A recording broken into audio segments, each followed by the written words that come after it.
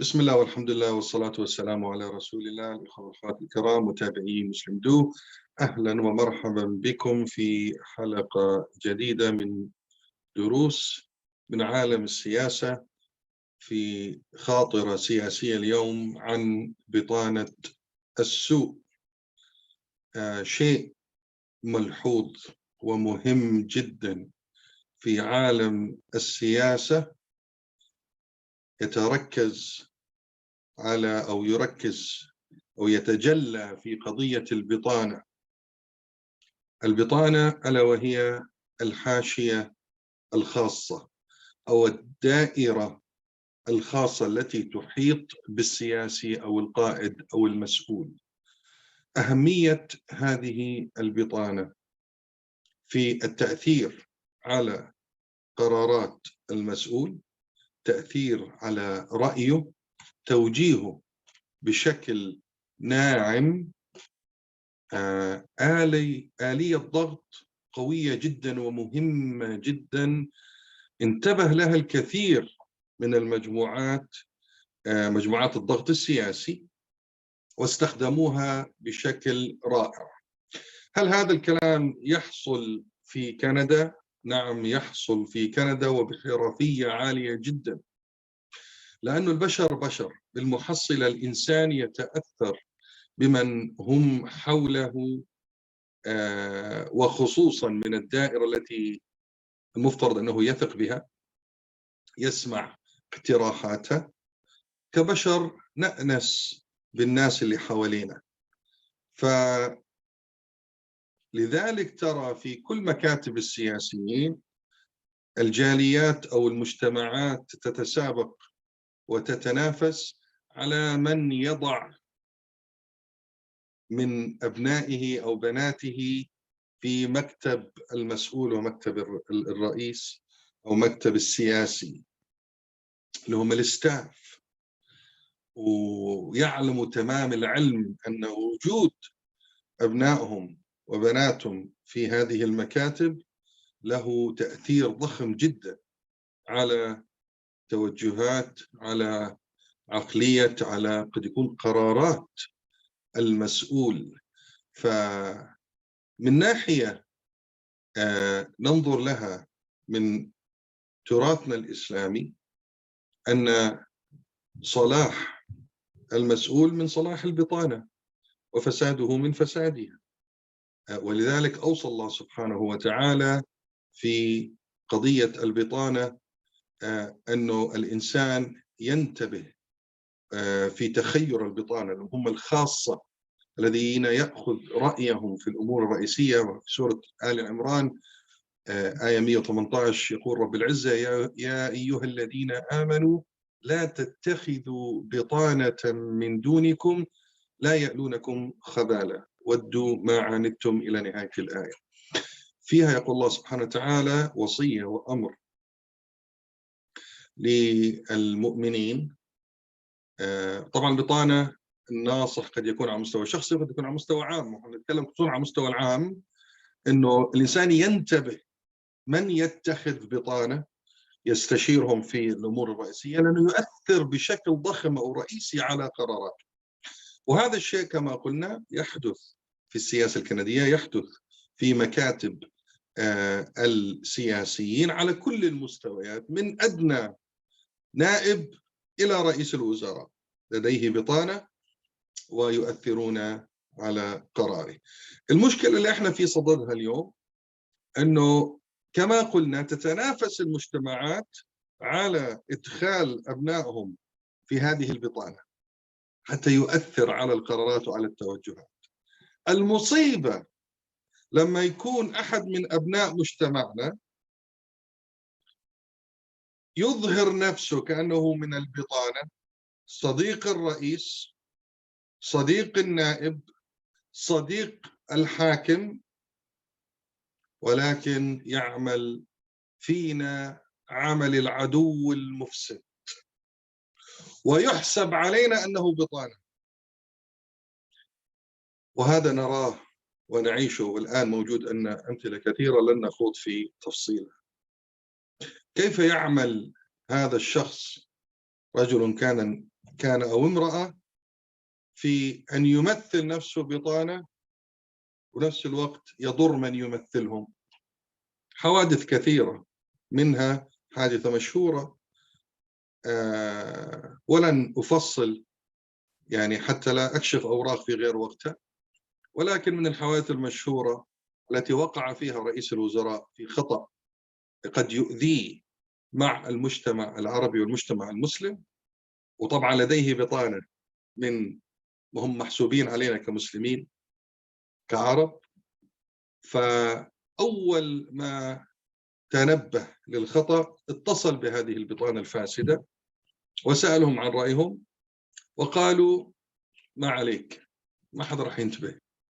يعني في الآخر همه وتركيزه هو سلامة سيده، وأنا أقولها سيده فعلا، لأنه هو حريص على أن يبقي هذه العلاقة وألا يعكر هذه العلاقة، فلن يخوض في صراع أو نقاش أو أي نوع من العزة والكرامة لمصلحة الناس اللي المفروض أنهم يمثلهم.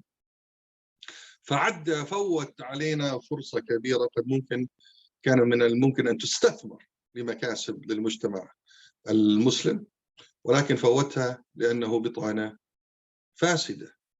فهذا الأمر يعني يجعلنا نستحضر كلمة سيدنا علي أو تنسب لعلي بن أبي طالب رضي الله عنه وأرضاه عندما قال: لا تدخلن في مشورتك بخيلا يعدل بك عن الفضل، ولا جبانا يضعفك عن الأمور، ولا حريصا يزين لك الشره بالجور، فإن البخل والجبن والحرص غرائز شتى يجمعها سوء الظن.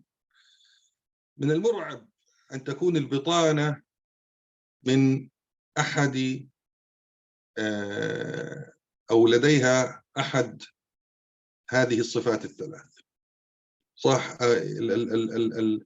الذي يستشار، المستشار هو البطانة، هو المستشار بصفة مستشار الرئيس ومستشار المسؤول، أن يكون بخيلا أو جبانا أو حريصا. فالبخيل كما روي يمنع الإنسان عن المضي قدما وعن يعني أن يدخل بالفضل ويعدك الفقر، فيثبط البخيل يثبط المسؤول أو الإنسان الذي يستشير عن المضي قدما.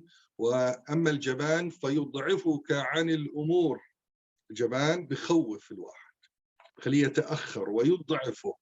أما الحريص اللي هو تقريبا إحنا يعني هذه الصفات ثلاث رأيناها في بعض من يدعوا أنهم مستشارين للقيادات.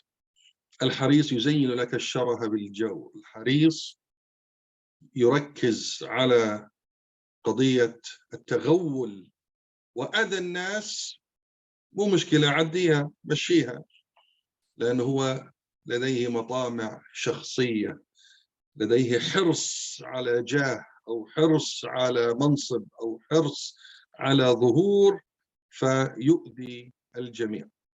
والأذى لا يقف فقط للمعلومة على من يمثلهم، بالمفروض أنه هو يمثلهم، الأذى يقع على من يشير عليه أو على من استشاره.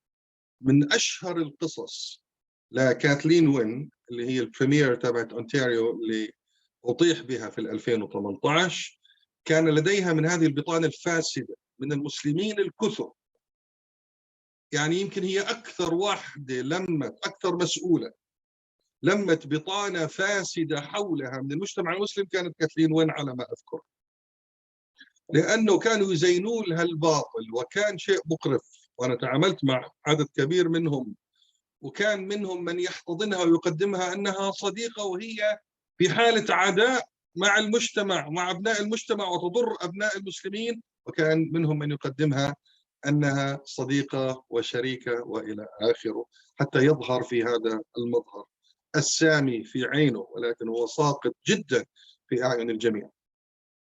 فلما فشلت كاثلين وين، روي لي في جلسة خاصة لأعضاء الحزب الليبرالي على مستوى أونتاريو من شخص كان حاضر الجلسة وسألها هذا السؤال بنفسه، وقالها إنه السؤال بكل بساطة: هل كنت تعلمي إنه الناس تكرهك كره شديد؟ قالت لا. هذا المحزن المبكي المضحك المبكي أنها قالت لا، لم أعلم أن الناس يكرهوني لهذا الحد اللي خلاها توصل أنها دمرت الحزب كاملة. لم تعلم. ليش؟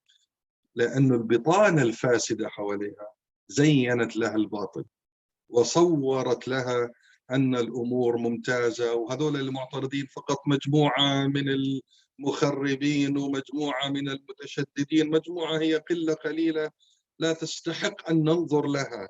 أما الأغلبية العامة فهي تصفق لك وهي تحبك وهي معك. هذا فعل البطانة السوء، البطانة الفاسدة التي تزين الباطل حتى تستفيد لمصلحتها فقط وتؤذي المجتمع الذي تمثله.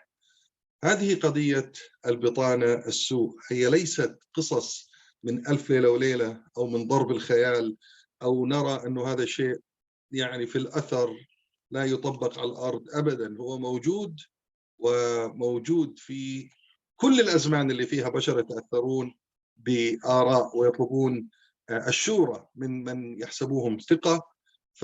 فننصح، وأنا شخصيا عندما أجلس مع مسؤولين أنصحهم باختيار البطانة، أو من يمثل المستشارين الذين يمثلوا المجتمع، حتى لا يضحك يعني أو يصبح أضحوكة بين الناس وينقل لهم صورة خطأ عن رضا الناس، كما قلنا مع كثيرين، وأن هي فعلا كانت تعتقد أن الناس تحبها وأن الناس تدعمها، إلى أن صدمت بالفشل الذريع، أسقطت نفسها وأسقطت حزبها. والسبب الرئيسي كما قيل لي في كلام مباشر، كلام خاص، أنها البطانة السوء. فموضوع بطانة السوء والسياسة، وأوصيكم أيضا وأوصي نفسي في الاستشارة بشكل عام، بطانة على الشكل الشخصي. الإنسان يتخير من يستشير، ونتذكر دائما: لا تدخل في مشورتك بخيلا ولا حريص ولا جبانا ولا حريصا. نسأل الله سبحانه وتعالى لنا ولكم السلامة. اللهم علمنا ما ينفعنا وانفعنا بما علمتنا وزدنا علما. إلى لقاء آخر، نراكم على خير. شكرا لحسن الاستماع، والسلام عليكم ورحمة الله وبركاته.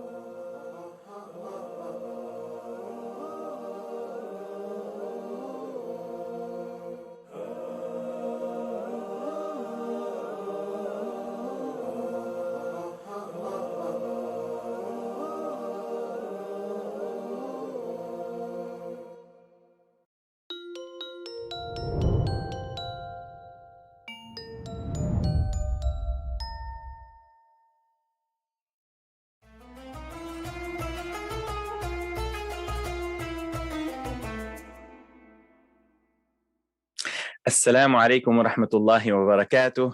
Welcome again to a new lecture, a new talk, new reminder in our weekly series, a new chapter in Canada. This is a weekly series on Wednesdays, 6:15 p.m. on MuslimDo, where we talk about some tips about how to start your newcomer life, as a newcomer in Canada, whether you've arrived last month or 6 years ago. Some of these things might be of help, inshallah ta'ala.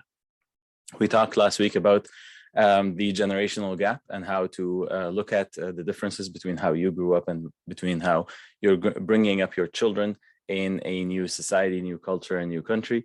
Today, we will talk about integration. What does it mean, and how does Canadian society look at integration?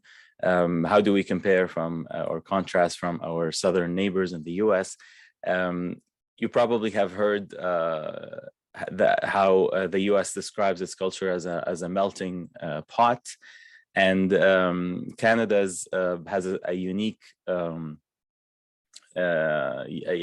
style in welcoming immigrants, is that it encourages the newcomers to have hold on to their culture. We see this, for example, when you are looking to preserve your children's mother tongue.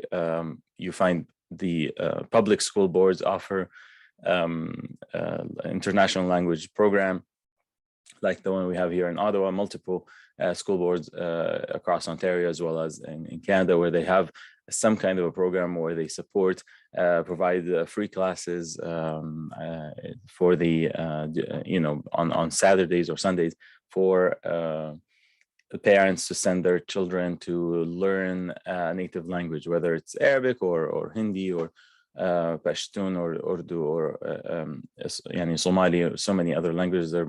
I believe there are more than 20 languages to pick from. And this is kind of something that the government encourages. This is based on research that educational research, that children who grow up with some pride and confidence in who they are more likely to be successful in a holistic way in their communication, in their health, even in their academic degrees. And so after, of course, dark history of how Canada was treating the Aboriginal, the natives of this land, preventing them from speaking their mother tongue and taking them apart from their families and changing their culture by force. Canada is now, looking at this in a new way, that no, it is better for the society that people maintain their own unique cultures and live, learn to live, coexist in a respectful way. So one of the most important things that is learned in Canada is that integration does not mean that we melt into our each other's cultures. Does not mean that we have to give up or compromise on what we consider to be our major beliefs.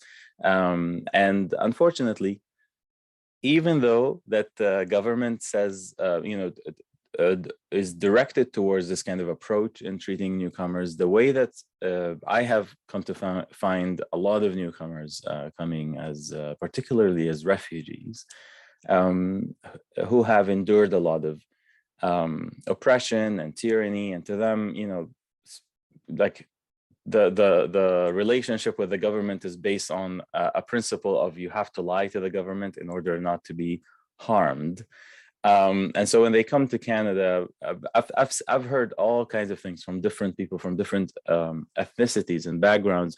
As newcomer refugees, they arrive and they say to the caseworker, to the immigration officer, like, I am here to start a new life. I want to contribute to the society.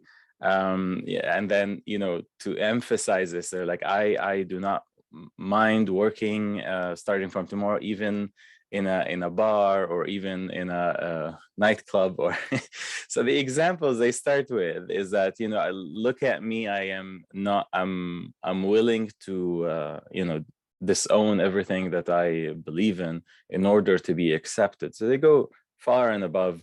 I think 5 or 6 years ago, I posted a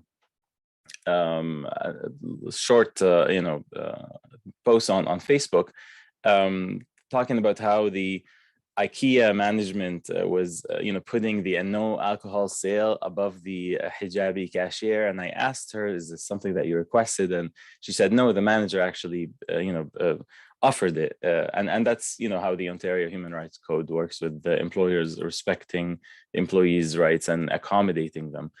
And on the other hand, sometimes I'd be picking up some groceries from one of the major grocery stores, and now in Ontario they sell alcohol in those grocery stores, and so at the cashier there are a few cashier openings that says these are for alcohol, and then the others that don't have alcohol. So one of the ones that accept alcohol sales was empty. So I went through and I looked, and the cashier person there was Muslim, from their language, also appeared to be like a newcomer. And I asked them, I said, you see that you have the law gives the accommodation for those who are not comfortable selling alcohol, for those who are it's prohibited in their religion. And of course, if there are any person who's below the legal age, they're not allowed to sell the alcohol if they're working as a student working 17, 18-year-old. And so why do you pick this? And their response was, well, I'm afraid if I say I don't want to work in this shift or work in this lane, selling the alcohol, it's going to be they're going to see it as like I'm not willing to integrate, right? And so that it starts with this, and then next time maybe they say, oh, why are you asking for a break to pray? And then next thing you know, I'll be kicked out and sent home. and so this is completely like a very, very wrong way from our faith, of course, because we understand from the beginning, Allah subhanahu wa ta'ala says in Surah Al-Ankabut, Ya ibadi inna ardi wasi'a fa iyaya fa'budun. That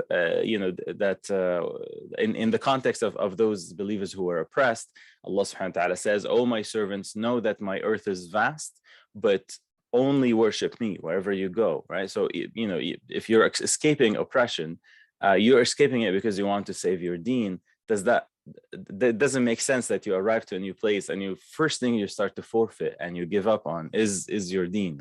So that's the main learning point here, is that understanding, it's a ni'mah, it's a blessing. You thank Allah subhanahu wa ta'ala for having a peaceful society, having a society that's so accommodating, welcoming to Muslims, very different for how, let's say, like American society in most states would accept Muslims, or even European society and how it accepts Muslims. But alhamdulillah, that there's a place where you're respected, you're allowed to practice your deen, and accordingly, inshallah ta'ala, you should be proud. You teach your children to have that respect for their deen, inshallah ta'ala. Until next week, inshallah ta'ala, we will talk about another tip on how to start a new chapter in Canada. Assalamu alaikum wa rahmatullahi wa barakatuh.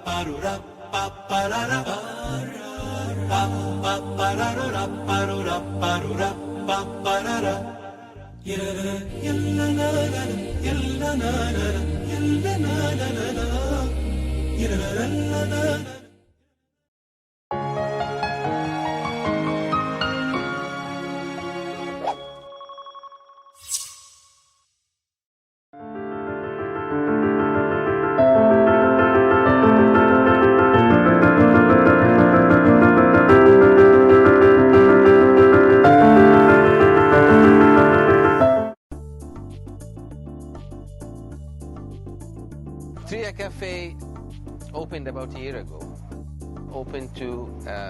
We felt that we need to create a place where it combines more than one culture of food. Mediterranean, Levant, Middle Eastern, international, in a place that is spacious, nice looking, comfortable for people to sit in and enjoy themselves.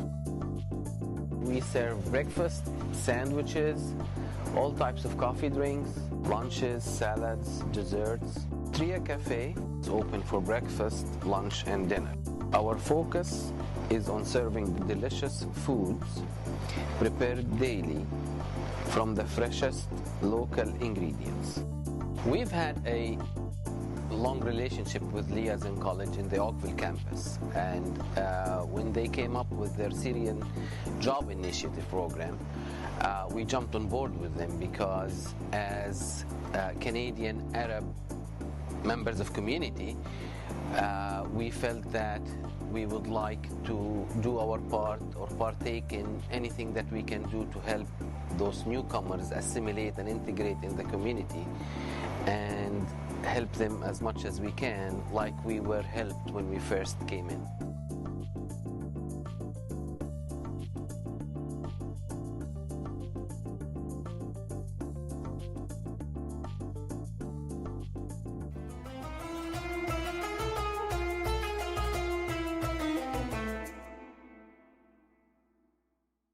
Assalamu alaikum wa rahmatullahi wa barakatuh. Thank you for joining us today on MuslimDo App with another week to reflect upon the verses from Surah Al-Furqan.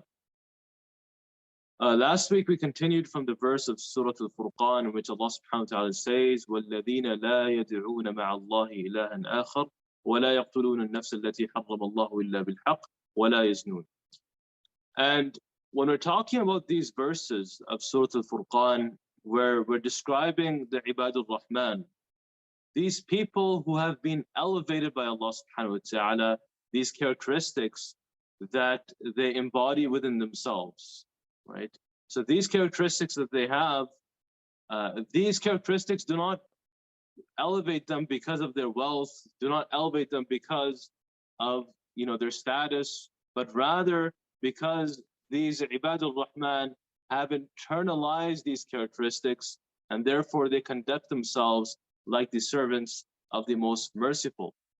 To read the translation of this verse, verse number 68, Allah subhanahu wa ta'ala says, there are those who do not invoke any other God besides Allah, nor take a human life made sacred by Allah except with legal right, nor commit fornication. And whoever does any of this will face a severe penalty. This last section of Surah Al-Furqan, or this last section of Ibadur Rahman, it is something that in the time of the Prophet ﷺ, the mushrikun were involved in. So they're involved in shirk, they're involved in murder and mass murder and killing people, killing different tribes, wars, and they were also involved in this sin of fornication. So Allah subhanahu wa ta'ala brings these three types of vices that existed at that time and tell us that the Ibadur Rahman do not involve themselves in these vices. Not because that these vices are morally unacceptable, okay? It is not because that if I were to, astaghfirullah, commit murder, that what would the people think?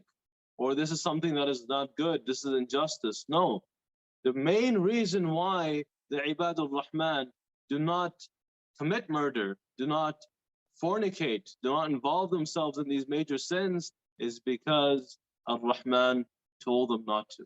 That is why. It is because Allah subhanahu wa ta'ala told them and commanded them not to involve themselves in this type of activity. So the question might come, let's dissect this verse inshallah and go bit by bit.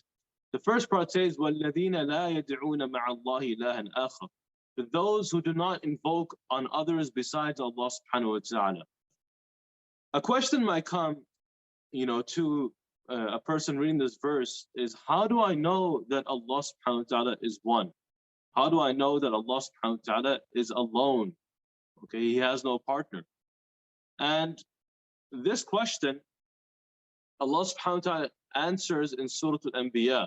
in which he says, لو كان فيهما آلهة إلا الله لفسدتا. That had there been other gods besides Allah in the heavens and the earth, both realms would have surely been corrupted. Meaning that if there were other gods in charge besides Allah subhanahu wa ta'ala, each god would challenge the other god. Each god will begin a war with the other god in order to have control over their dominion. In fact, you will not see this unity, you will not see this order when you look around you, whether that be in your daily life or whether that be in the skies and the universe. You will not see this unity. Why? So for example, if I'm drinking this water, okay, this water bottle, if I'm taking a sip of this water, this is the decree of Allah subhanahu wa ta'ala that I took a sip of this water. Now, na'udhu billahi, if there were two gods, one god would command that Ihsan is supposed to take a sip of water, and the other god will command Ihsan is not supposed to take a sip of water.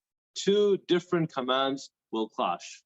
And that is why we see that the order that exists in our daily lives and what we see around us tell us that Allah subhanahu wa ta'ala indeed is alone and he has no partner. And the fact that he has no partner, that means that when we invoke Allah subhanahu wa ta'ala, when we make dua to Allah subhanahu wa ta'ala, we're making dua only to Allah and to nobody else, to no other being that exists. And that is why we say that the Muslim, his love or her love to Allah is the greatest of love. Because if someone is worshiping multiple gods, what happens? Their love is distributed between these different gods. But if they're worshiping Allah subhanahu wa ta'ala alone, and they're putting themselves in that position of worshiping God, that means their love is directed only to Allah subhanahu wa ta'ala. And that is why we say that وَالَّذِينَ آمَنُوا أَشَدُّ حُبًّا لِلَّهِ, that the believers have the greatest type of love for Allah subhanahu wa ta'ala, because it's not mixed in their heart for any other person or any other being besides Allah subhanahu wa ta'ala. You're not calling on 10 gods at the same time. You're only calling on Allah subhanahu wa ta'ala. And that is why you find that within us, we have this innate nature. Within us, we are naturally born to worship Allah subhanahu wa ta'ala. Not only for the Muslim, for any human being, we have within us that we want to worship a higher being, someone that is above us, someone that is greater to us. We look beyond ourselves and we say that there is a being that is greater than us, a higher being that we worship. And you'll find in today's studies, especially in today's studies, they have found that human beings naturally want to look up to a higher being. That's naturally in our natural disposition that Allah subhanahu wa ta'ala has given us, which we call, of course, fitrah. It is in our fitrah that we worship Allah subhanahu wa ta'ala, that we call upon Allah subhanahu wa ta'ala. And that is why you find that, na'udhu billah, if a plane is crashing, okay, or if a ship is sinking in the sea, what happens? The inhabitants of that vessel start calling upon Allah subhanahu wa ta'ala alone. And you'll find, especially, this week I was watching with my son Jurassic Park, and they have this image or this clip in which the dinosaurs about to attack the actress, and there she is, a doctor. She's about to fall within the glass, and there she is calling upon God, because it's natural. A person calls upon God in a time of need. So we find that us believers, we call upon Allah subhanahu wa ta'ala, and human beings call upon Allah subhanahu wa ta'ala as well. أَمَّن يُجِيبُ الْمُضْطَرَّ إِذَا دَعَاهُ, that Allah subhanahu wa ta'ala is the one who responds to the one in a difficult time. A person who's in difficult time, a person who has closed all doors, they have no doors open towards them, the only door they have is to Allah subhanahu wa ta'ala. And having said that, let us touch upon some brief tips of how to make dua to Allah subhanahu wa ta'ala. This verse is talking about the believers, that they do not call or make dua to others besides Allah. So let us touch upon some tips about how we should make dua to Allah subhanahu wa ta'ala. Number one is that when we're making dua to Allah subhanahu wa ta'ala, let us begin by praising Allah subhanahu wa ta'ala first. Let us begin by calling upon the names that are attached to what we are calling about or what we are praying about.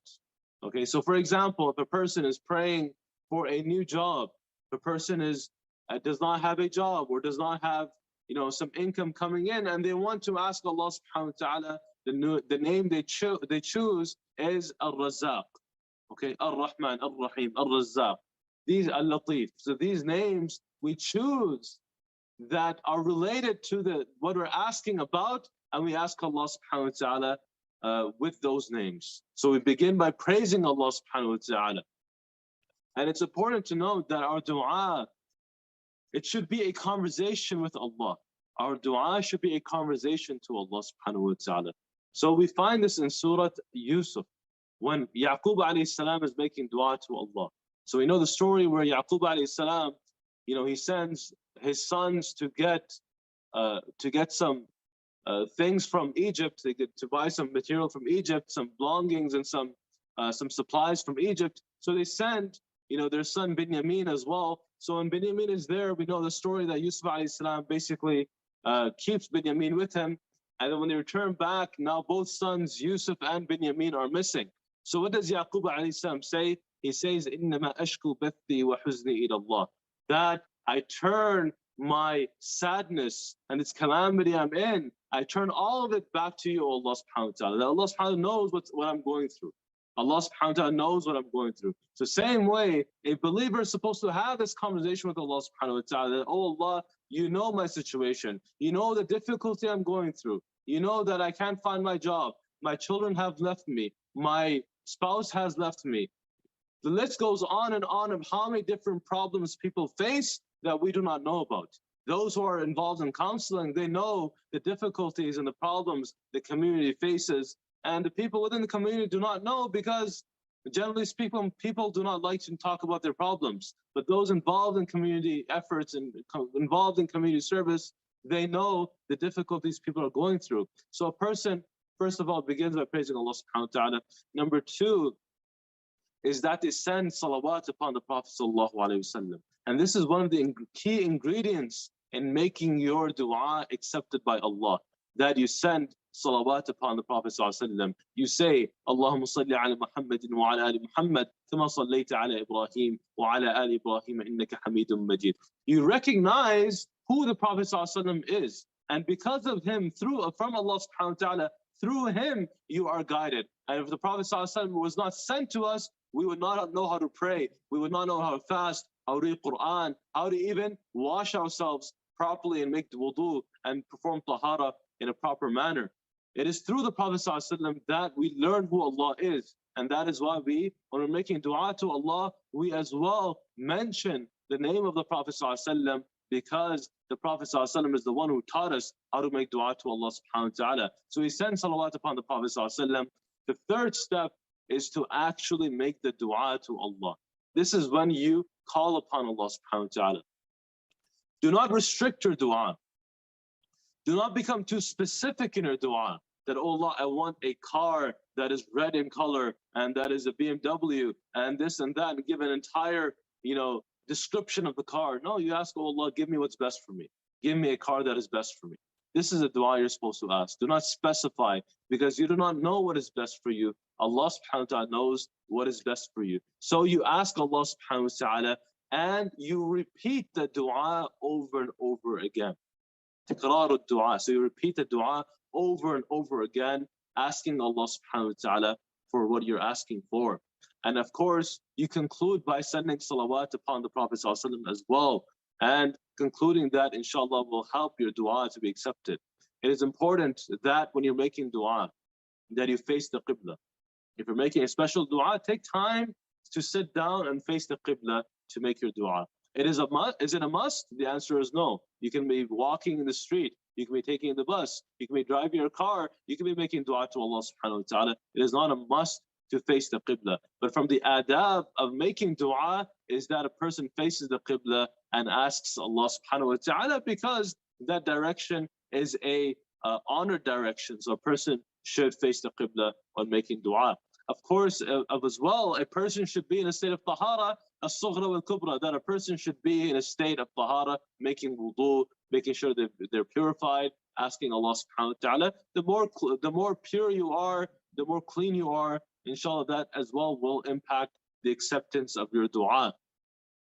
And as well, it's important that a person chooses the right time to make the dua. The timing is very crucial as well. From the times dua is accepted is the last third of the night. That every single night we have an opportunity to ask Allah subhanahu wa ta'ala. If you're having a difficulty, I'll guarantee you, if you wake up during tahajjud and you pray your 2 rak'ahs, then you raise your hand to Allah subhanahu wa ta'ala and ask Allah subhanahu wa ta'ala, your dua will be accepted inshallah. On Friday, there's an hour. In this hour, dua is not rejected. And some scholars have said that this hour that the Prophet ﷺ has spoken about is the hour before the Maghrib prayer. Okay, so the last hour before Maghrib on a Friday, this is a time dua is accepted as well.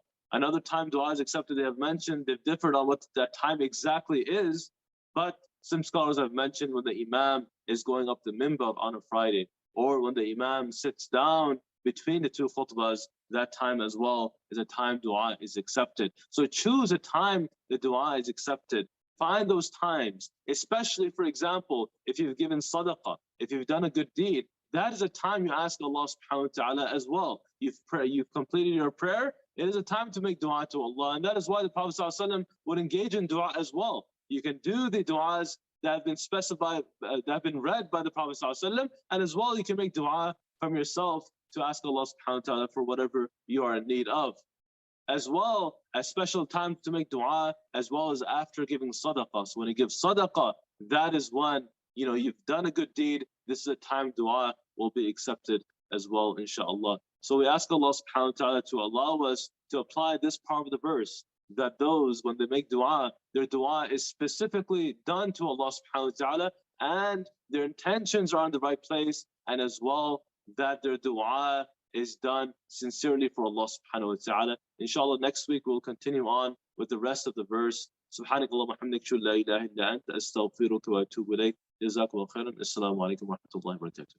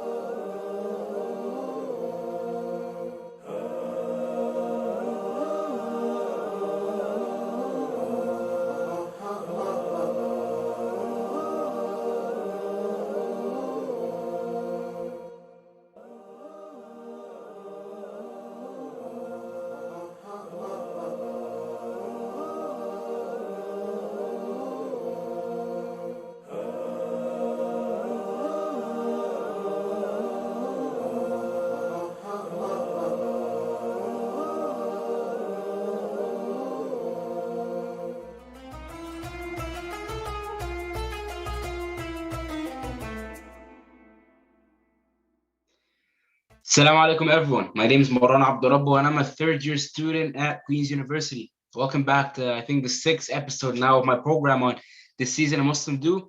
Honored to be here today as usual, and I'd like to thank the great team behind this app for their efforts. May Allah subhanahu wa ta'ala reward them the best. Okay, so today's episode is going to be about something a bit boring. We won't be talking about geopolitics or battles or anything. No, today we're just talking about an invention that just absolutely revolutionized the world. It revolutionized knowledge. It caused a whole sort of ideological shift in many parts of the world. Our story today starts in the Middle Ages. During the Middle Ages, as far as I've been made aware, the internet and radio and digital screens, headphones, they weren't really a thing. They didn't exist.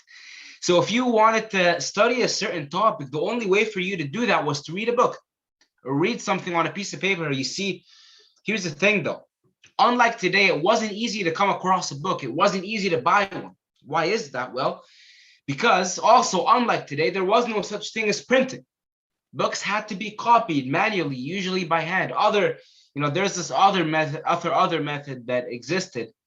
It was for every single page of the book. So they would carve out the letters on a piece of wood for every single page. And then you can sort of stain that with ink and produce multiple copies of that page. But it was still extremely slow. It was a bit better, but also very slow.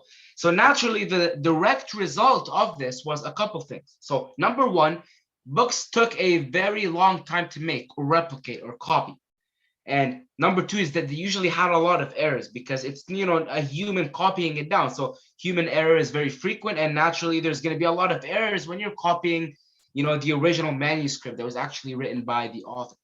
And finally, and absolutely, you know, most important, books were extremely expensive. So adjusted for today's money, the cost of buying just one book could be as high as tens of thousands of dollars. Why is that? Well, because they were very rare. And as a result, when something's less available, it's more expensive. And now someone who, you know, wanted to change that was Johann Gutenberg. And you can see him on the screen right now. Johann Gutenberg. He was born around the year 1400 in a town called Mainz in the Holy Roman Empire. It's modern day Germany. And Gutenberg was no stranger to reading. His father had actually bought him some books when he was younger, and he was familiar with reading.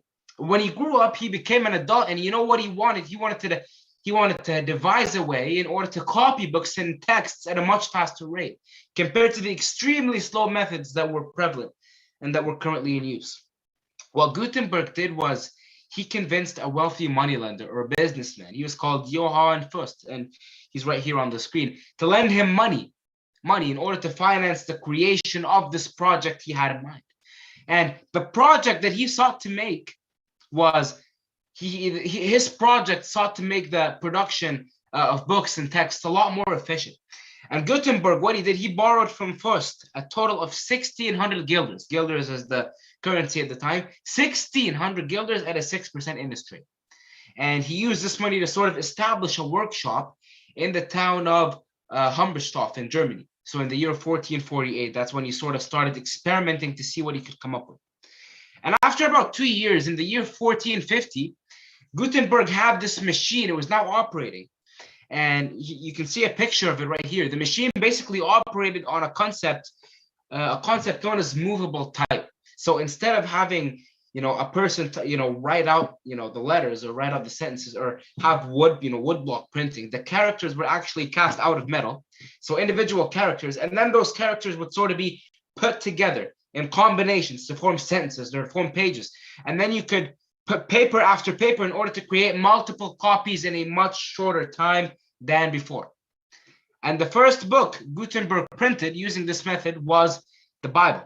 And to this day, it's still present right here. It's called the Gutenberg Bible, or the 42-line Bible, because each page sort of had 42 lines. And the first copy was finished in the year 1455. And that invention right there was called the printing press. One of the major milestones of human civilization is the invention of the printing press. Now, Gutenberg, I want to emphasize this, was not actually the first one to use or develop movable type. So he wasn't the first one to develop printing using movable type. However, he was the first one to be able to use it for the mass production of print material. And that's why his device was called the printing press, because it can produce printed works at a mass production level. Now, Gutenberg, interestingly, he forgot to put his name on the cover of that Bible. And it was also at that time that there was a lot of mistrust developing between him and his financier, John Fust. Remember, I talked about him. And what he did was Fust actually levied a lawsuit against Gutenberg and accused him of misusing the investment contributions that he had given to him. And the court actually ended up ruling in favor of Fust. And under this ruling, the printing press and most of the texts, the text that Gutenberg printed, the Bibles, were transferred to Fust's ownership. And Gutenberg's property was seized. It was given to Fust. And Fust then continued to print out the Bibles using the device, and he put his name instead of Gutenberg's name. And for a while, he was actually known as the one who invented the printing press, not Gutenberg. It wasn't until the year 1465 that Gutenberg's achievements were acknowledged. And he only died 3 years later in the year 1468. So it took him, until the end of his life for his work to actually be acknowledged the way it should be. Now, right there, the story of the invention of the printing press, that was the story. I really want to give you guys now, and I want you guys to understand how extremely revolutionary this milestone is. It is, it's right up there in terms of importance with the invention of the wheel, and the discovery of electricity was mind-blowing, because now all of a sudden books can become widely available and much cheaper. And when books are more accessible, then more people read. And when more people read, there's more knowledge. And when people acquire more knowledge, then they build more prosperous, successful, rich societies. And that's exactly what happened.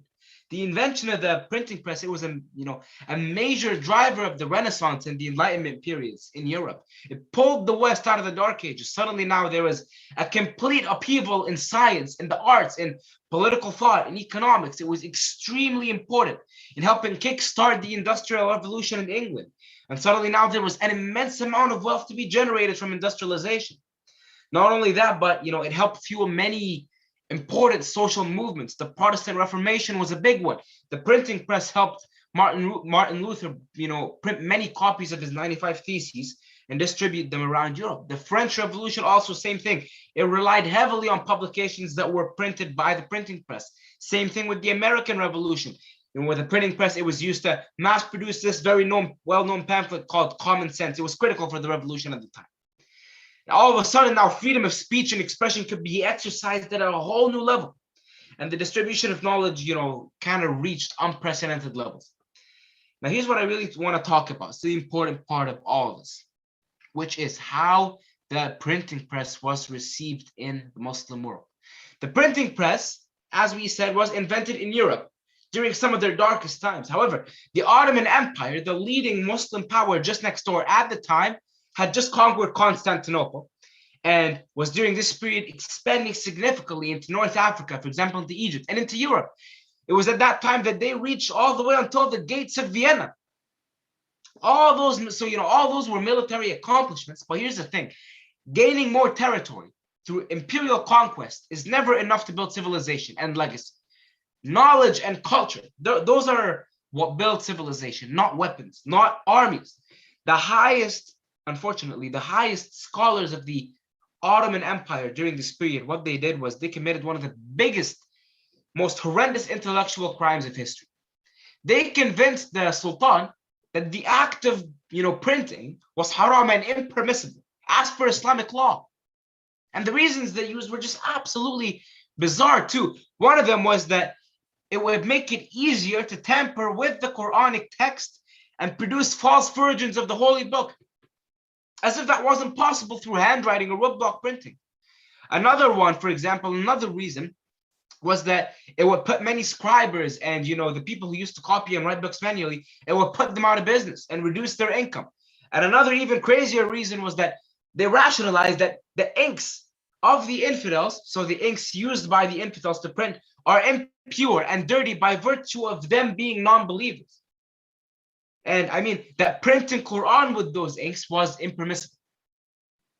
And as a result, Salim I, who is the father of Suleiman the Magnificent, he was the Sultan at the time, they convinced him and he issued an order. And he banned the use of the printing press for, the Muslims in the Ottoman Empire, with punishments ranging all the way up to the death sentence. It was mind-blowing. Interestingly, though, some people in the Ottoman Empire were allowed to operate the printing presses. The first group, for example, were the Jewish people who were, escaping forced conversions in Spain, and they were now living in Ottoman lands. They were allowed to run their own printing presses because there was no worry that they would print the Quran with it. Another group, for example, were the Armenian Christians. Same reason. It wasn't until the year 1727, that the first state-run Muslim printing press was established in the Ottoman Empire. That's almost 200 years after the printing press was pioneered, 2 whole centuries. And just for reference, by the way, World War II, the Second World War, isn't even 1 century old as of this date. That's how long it took the Muslims to adopt the printing press. All of that because of some outrageous false fatwa that ruled out printing as haram without any good reason or evidence. Eventually, as I said, it was reversed, but the damage was already done. While Europe was now switching to, a knowledge-based economy full of reading and industrialization, the Muslims were still, tending to their crops in the morning and making pottery. Ottoman industrialization, for example, it happened way after Europe. And even then, it was never with the same magnitude. The result is we were always years behind in the things that actually mattered. And this one decision by a bunch of unworthy scholars is highly responsible for, the backward state the Muslim world currently lives in. And you know what's even worse? The worst thing is that this trend hasn't even stopped. Back when cameras came out, a whole bunch of scholars ruled out cameras as also haram, and photography wasn't allowed for some odd reason. Taking photographs of a person or whatever, it wasn't allowed. It was haram. Same thing with a whole bunch of other inventions that came along, like the radio. Another one, for example, was women. They weren't allowed to drive. All those decisions were in the end exactly similar to what happened with us with the printing press a couple of centuries ago. I was once giving a khutbah at Queen's University, and my khutbah was in 2019, and I was talking about the 2019 Canadian election. I was urging people to go out, make their voices heard, and to go vote and stuff like that. And after I was done the khutbah, I got a call by the chaplain's office, and he told me to come to his office for a discussion. So I go to his office, and he starts telling me, maybe you shouldn't talk about that in your khutbah. And I was like, why? And he was like, well, a whole bunch of people in there, they contact me, they complain because they think voting is impermissible. They think that voting in elections is haram and it shouldn't be done. And that's really what boggles my mind. How are we even still talking about this? How is this stuff even on the table? Eventually, all this stuff is going to be, it's going to come to be accepted later on. And it's going to come to be allowed, and it's going to come to be halal. A whole bunch of those wannabe, scholars who call everything haram, eventually one day they're going to be overruled, and those things that they said were haram, they're going to become normal and halal. But only after we've been delayed from, retrieving their benefit for centuries, and after we've missed out on so much good, and after the whole Muslim ummah, goes even more backward. The ayah in Surah Al-Tahrim, which Allah subhanahu wa ta'ala, he's telling his prophet, Ya ayyuha nabiyyu lima tuharrimu ma ahallallahu lak. He's calling on the prophet. Why is it that you make what was given to you as halal? Why do you make it haram? This isn't just talking about one specific incident, although it is, but there's a much bigger meaning behind it. It's that Allah subhanahu wa ta'ala made many things halal in this world, many useful things.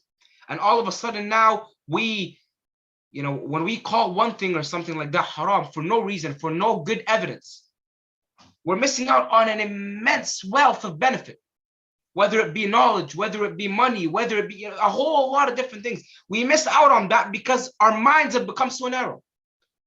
And that's why we need to understand how big of a magnitude the word haram is, and not misuse it, for the absolute despair of the Muslim ummah. Jazakumullah everyone for listening. It was a pleasure presenting to you on the MuslimDo app today. So make sure to download it and encourage your friends and family to download it, support the app, rate it on the App Store and the Play Store, and make donations to your mosques through the app. And I'll see you next week, inshallah, for another episode, another treasure of history.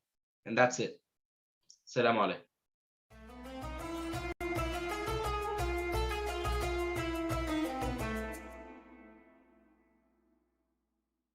At Help Mobility, we understand that you are most comfortable in your own home. That is why our team will ensure that you have the right equipment and supplies to keep you comfortable using our line of mobility walkers and wheelchairs, beds, bathroom aids, lifts, and accessibility products. Our products are covered by most private insurance plans and Ontario government funding programs that will cover at least 75% and up to 100% of the product cost. So if you or someone you love needs home care, know that at Help Mobility, we are here to support you every step of the way.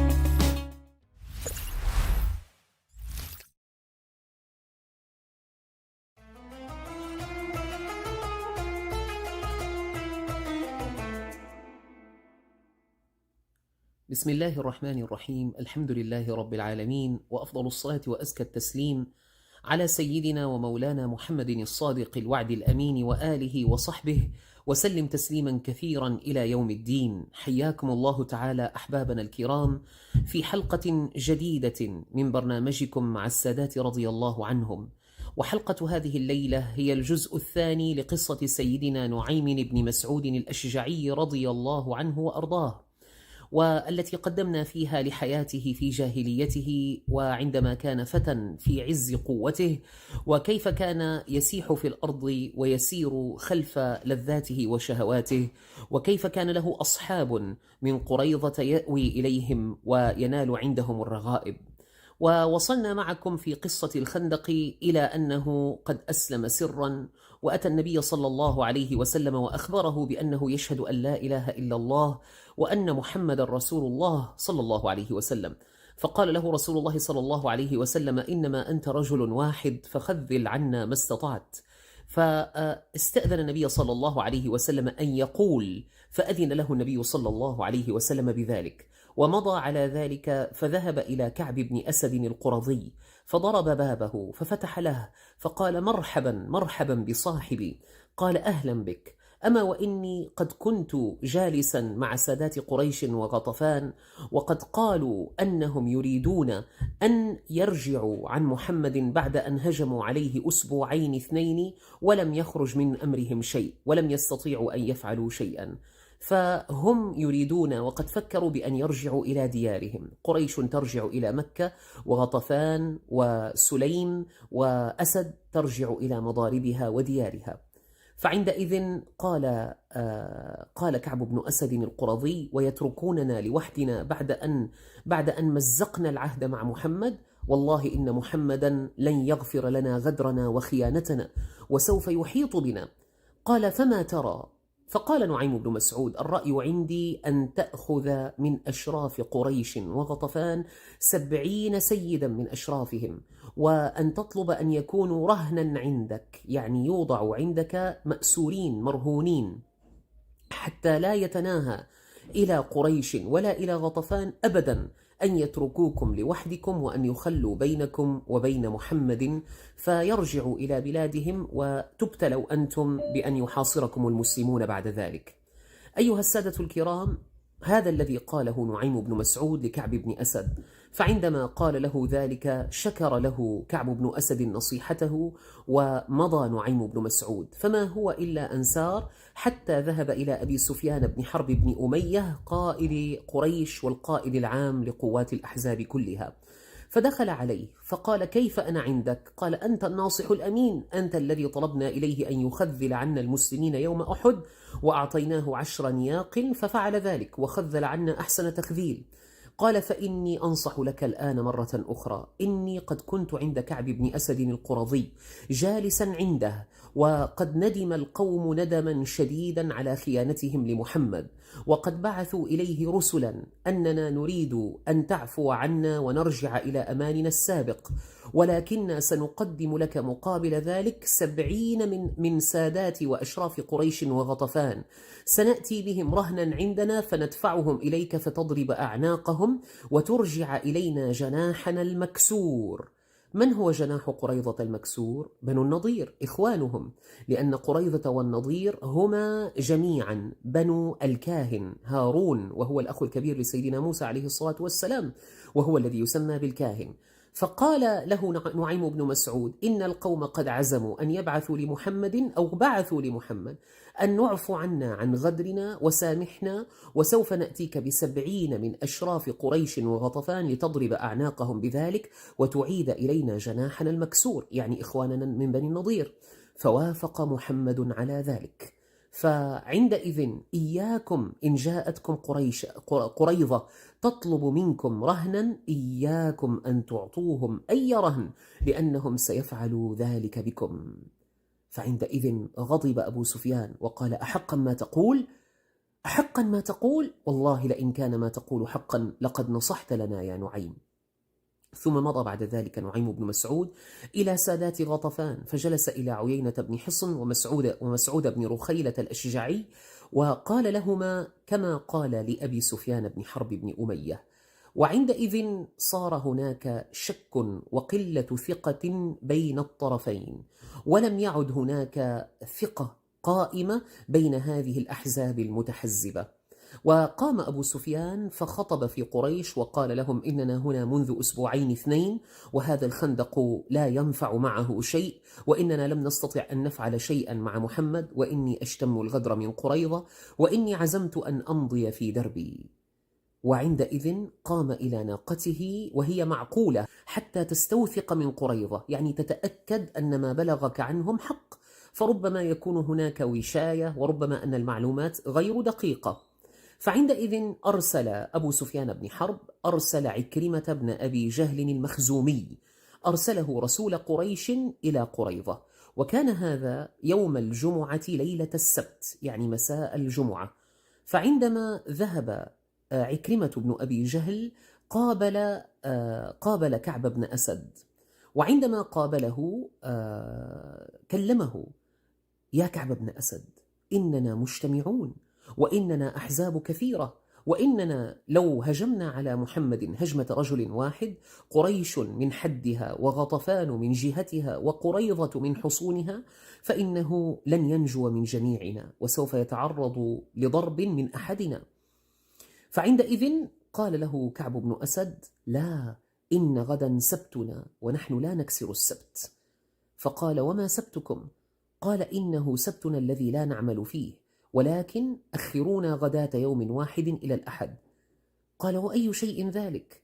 قال: حتى إن أخرتمونا فإنا لن نهجم حتى نأخذ منكم رهنا. قال: تأخذ منا رهنا؟ ولماذا تأخذ منا رهنا؟ قال: أنتم قلتم أنكم ستدفعوا إلينا رهنا. قال: من قال كذلك؟ قال: حيي بن أخطب. وهنا نستذكر أن حيي بن أخطب عندما كان يقنع كعب بن أسد بأن يخون رسول الله صلى الله عليه وسلم، قال له: إن شئت طلبت من أشرافهم رهنا 70 من قريش وغطفان، فأنا أضمن لك أن يدفعوهم إليك، فلا ترجع قريش وغطفان عنك ويخلوا بينك وبين محمد.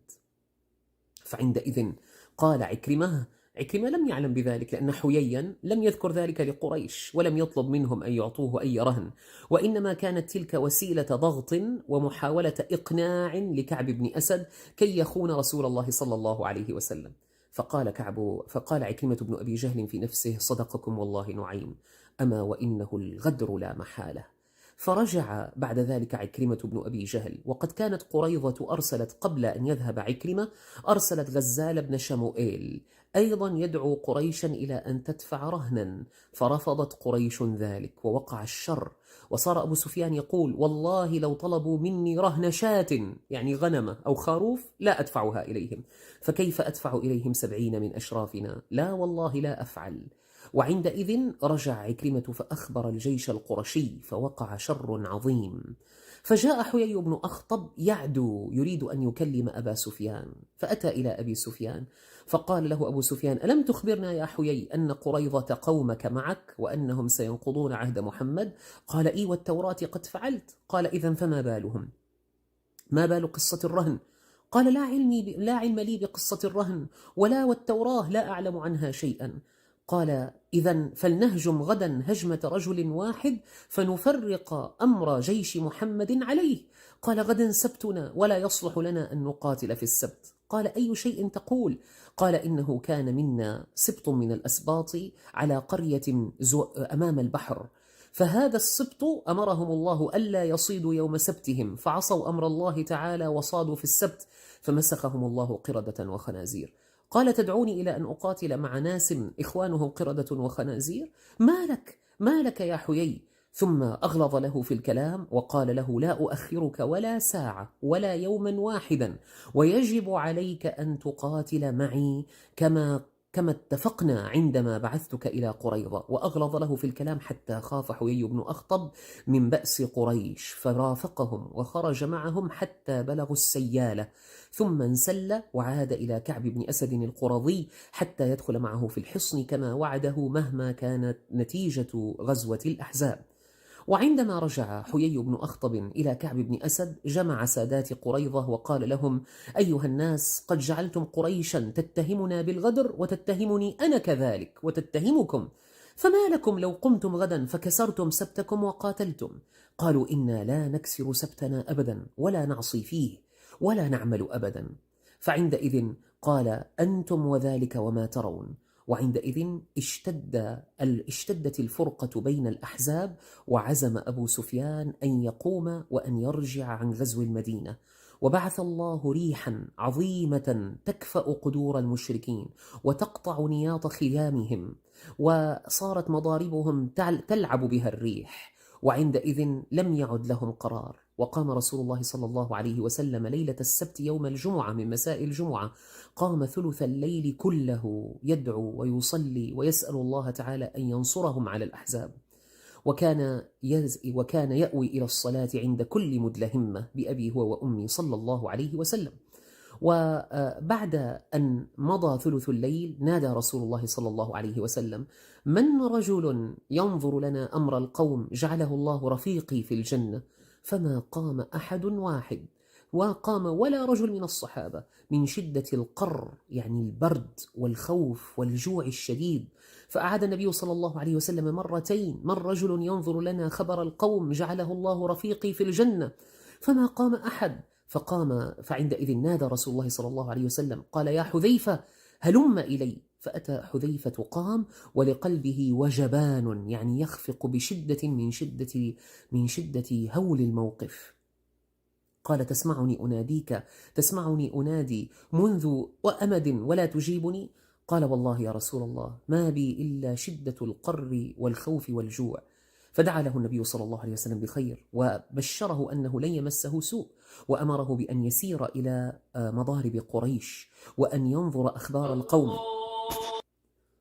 وأمر رسول الله صلى الله عليه وسلم سيدنا حذيفة بن يمان العبسي صاحب سر رسول الله صلى الله عليه وسلم ألا يحدث أمرا أبدا، وألا يرمي بسهم ولا يضرب بسيف ولا يرمي برمح أبدا حتى يؤذنه ويخبره عن خبر القوم. فمضى سيدنا حذيفة وعبر الخندق ومشى، ورأى الناس في جيش أحزاب قريش وأحابيشها يجلسون عند نيرانهم يصطلون عليها، كل قوم يجلسون عند نارهم من شدة القر، من شدة البرد، والريح تفعل بهم الأعاجيب، الريح تهب عليهم وتكفأ قدورهم وتقطع خيامهم. فعندئذ قام أبو سفيان فقال: أيها الناس، احذروا الجواسيس والعيون، يعني ليتأكد كل رجل من جلسائه. فجلس سيدنا حذيفة على إحدى هذه النيران، فدار وجهه إلى اليمين بسرعة وقال: من الرجل؟ يعني الشخص الذي إلى يمينه. من تحسبون أن الشخص الذي كان على يمينه كان؟ هو عمرو بن العاص السهمي، أرطبون العرب، أحد دهاة العرب، داهية عظيم. وبرغم ذلك كان سيدنا حذيفة أدهى منه، فما شك فيه عمرو بن العاص، فقال: أنا عمرو بن العاص السهمي القرشي. ثم استدار يسارا وقال: ومن الرجل؟ من تحسبون أن الذي كان على يساره أيضا داهية من دهاة العرب، سيدنا معاوية ابن أبي سفيان بن حرب بن أمية ابن عبد مناف ابن قصي بن كلاب. الله أكبر. يعني سيدنا حذيفة يجلس بين داهيتين، عمرو بن العاص ومعاوية بن أبي سفيان، الذي كان يقول: والله لو كان بيني وبين الناس شعرة ما انقطعت، إن شدوها أرخيتها وإن أرخوها شددتها، والله لو كان بيني وبين الناس شعرة ما انقطعت. فجلس سيدنا حذيفة فسألهما فلم يبادراه بالسؤال، وظن أنه رجل من قريش وقد كان متلثما.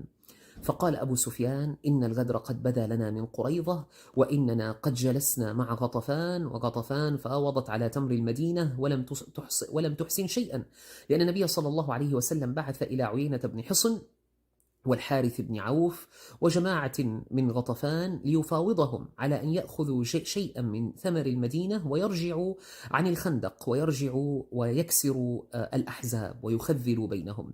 فأتى عيينة بن حصن ففاوضه النبي صلى الله عليه وسلم على ثلث ثمار المدينة. قال: بل الشطر، يعني النصف. قال: لا، بل الثلث. وعندئذ وافق عيينة بن حصن فدعا النبي صلى الله عليه وسلم بالكتاب والدواء حتى يكتب صحيفة وعهدا بذلك، وجاء بهما سيدنا عثمان بن عفان، وأتى أسيد بن حضير الأشهلي رضي الله عنه، وأتى أيضا سيدنا سعد بن معاذ وسعد بن عبادة.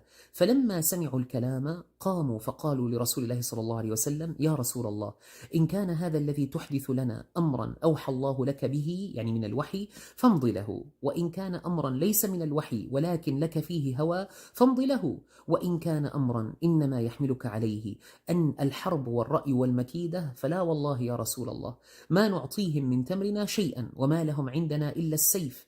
والله يا رسول الله ما كانوا في الجاهلية يأخذون منا تمرة ولا يحلمون بها إلا بشراء أو بقراء. شراء يعني شراء، وقراء يعني ضيافة.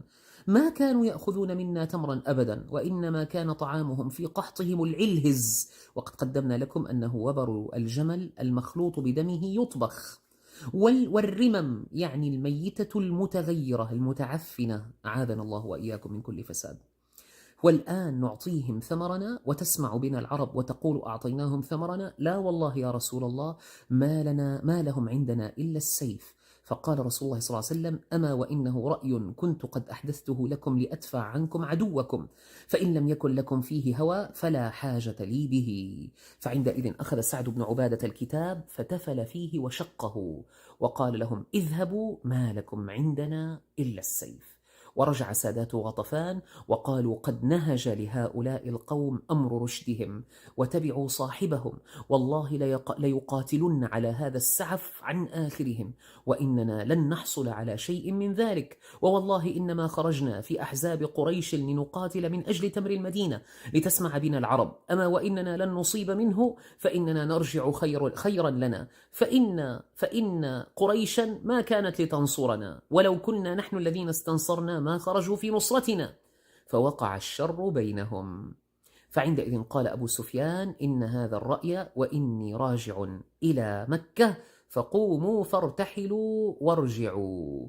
ثم قام فجلس على ناقته وضربها فمشت، فناداه الجيش، ناداه سيدنا عمرو بن العاص قبل أن يسلم، قال: يا أبا سفيان، إنه لا يصلح لسيد القوم أن يسبق في الارتحال، فانزل عن دابتك ورحل الناس وأمن عليهم وتأكد أن أمورهم طيبة ثم ارحل. قال: أجل يا أبا عبد الله. فنزل عن دابته وأمر قريشا بالارتحال، ففكوا خيامهم وأخذوا قدورهم وأطفأوا نيرانهم وجعلوا يرتحلون رسلا رسلا، يعني جماعة جماعة، رسلا رسلا. فأتى أبو سفيان إلى عمرو بن العاص السهمي قال: يا أبا عبد الله، إنه لا يصلح إلا أن تكون هناك جريدة، يعني قوة مقاتلة زهاء محمد، يعني أمام الخندق الذي احتفره رسول الله صلى الله عليه وسلم، حتى لا يظهر أن الأحزاب قد انعوروا وانسحبوا بشكل مفاجئ. قال عمرو بن العاص: أجل، وإني أكون على رأس هذه الجريدة. فقال خالد بن الوليد: وأنا أيضا أكون إن شئت. فأبقى معهم 200 فارس، وانسحبت قوات قريش بآلافها المؤلفة. فلما ارتحل كل العسكر انسحبت الجريدة وجاه الخندق، فأصبح رسول الله صلى الله عليه وسلم لا يجد أحدا أمامه في الطرف الآخر من الخندق. وعندئذ أمر النبي صلى الله عليه وسلم المسلمين بأن يرجعوا إلى رحالهم، ثم ثنى عليهم بأن يبقوا حتى لا تدركهم عيون قريش بأنهم قد انسحبوا ولا عيون قريظة. وعند يوم الأربعاء جاء سيدنا جبريل عليه السلام في صورة دحية بن خليفة الكلبي على بغلة له عليها قطيفة من استبرق، ووقف عند الباب المعروف اليوم بباب جبريل عند المقاعد أو عند الجنائز أو المقاعد، موضع الجنائز في العهد النبوي من المسجد النبوي الشريف، وهذا يكون شرقي المسجد النبوي اليوم، ما بين باب البقيع إلى الخلف منه عند باب جبريل. هذه المنطقة تسمى المقاعد أو الجنائز. فنادى: يا محمد، عذيلك من محارب، أوضعتم السلاح؟ فإن الملائكة لم تضع السلاح بعد، وإن الله يأمرك أن تسير إلى قريظة، وإني ماض إليهم فمزلزل بهم حصونهم، أو كما قال عليه السلام. فعندئذ أخذ رسول الله صلى الله عليه وسلم سلاحه وقام إلى قريظة وجزاهم بغدرهم وخيانتهم. يقول نعيم بن مسعود الأشجعي في ختام قصته العجيبة، يقول: أنا أمين سر رسول الله صلى الله عليه وسلم، أنا الذي خذلت الأحزاب ودفعتهم عن المدينة المنورة. وحق له أن يقول ذلك. وقد كان حسن الإسلام رضي الله عنه، وكان النبي صلى الله عليه وسلم يثق به ويحبه. ويذكر في آخر هذه القصة أنه في فتح مكة، هذا الكلام كله عام 5 للهجرة، غزوة الخندق في آخر العام 5 للهجرة. وبعد ذلك في العام 8 للهجرة في غزوة فتح مكة خرج أبو سفيان بن حرب مع العباس بن عبد المطلب، وكان أبو سفيان هو آخر من أسلم من قريش وآخر من هاجر قبل أن يفتح النبي صلى الله عليه وسلم مكة. فجعل أبو سفيان يطيف به ويريه كتائب جيش المسلمين. فلما وصلت كتيبة غطفان كان قائد لوائهم هو نعيم بن مسعود الأشجعي. قال: من هذا يا عباس؟ من هذا الرجل؟ قال: هذا نعيم بن مسعود حامل لواء غطفان. قال: أسلم وهو مع محمد؟ هذا الذي فعل بنا يوم الخندق الأفاعيل. انظروا يا سادة، هذا هو سلاح الدعم اللوجستي، الدعم التاكتكس، وهو من أهم أسلحة الحرب. يعني انظروا، 10,000 مقاتل من الأحزاب وجاههم 3,000 مقاتل من المسلمين، ولكن الرأي كان قبل شجاعة الشجعان، الرأي قبل شجاعة الشجعان. فهذه المكيدة التي عملها نعيم بن مسعود كان فيها ظفر عظيم للمسلمين. ومن قبل المكيدة التي عملها لما كان كافرا عندما قال للمسلمين في غزوة أحد: إن الناس قد جمعوا لكم فاخشوهم. هذه المكيدة أدت بالمسلمين أن يخرجوا وهم جرحى إلى حمراء الأسد، وكتبت لهم فيها غزوة كاملة، يعني أنه كلفهم عناء المشقة والخروج والإعداد وكأنها غزوة كاملة.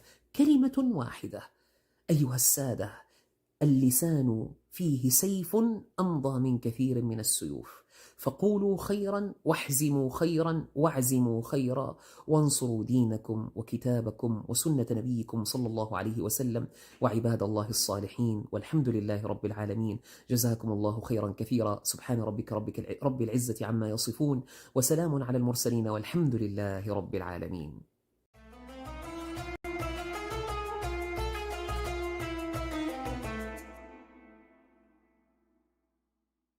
At Help Mobility, we understand that you are most comfortable in your own home.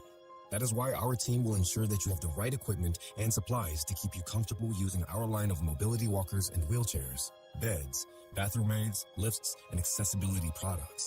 Our products are covered by most private insurance plans and Ontario government funding programs that will cover at least 75% and up to 100% of the product cost. So if you or someone you love needs home care, know that at Help Mobility, we are here to support you every step of the way.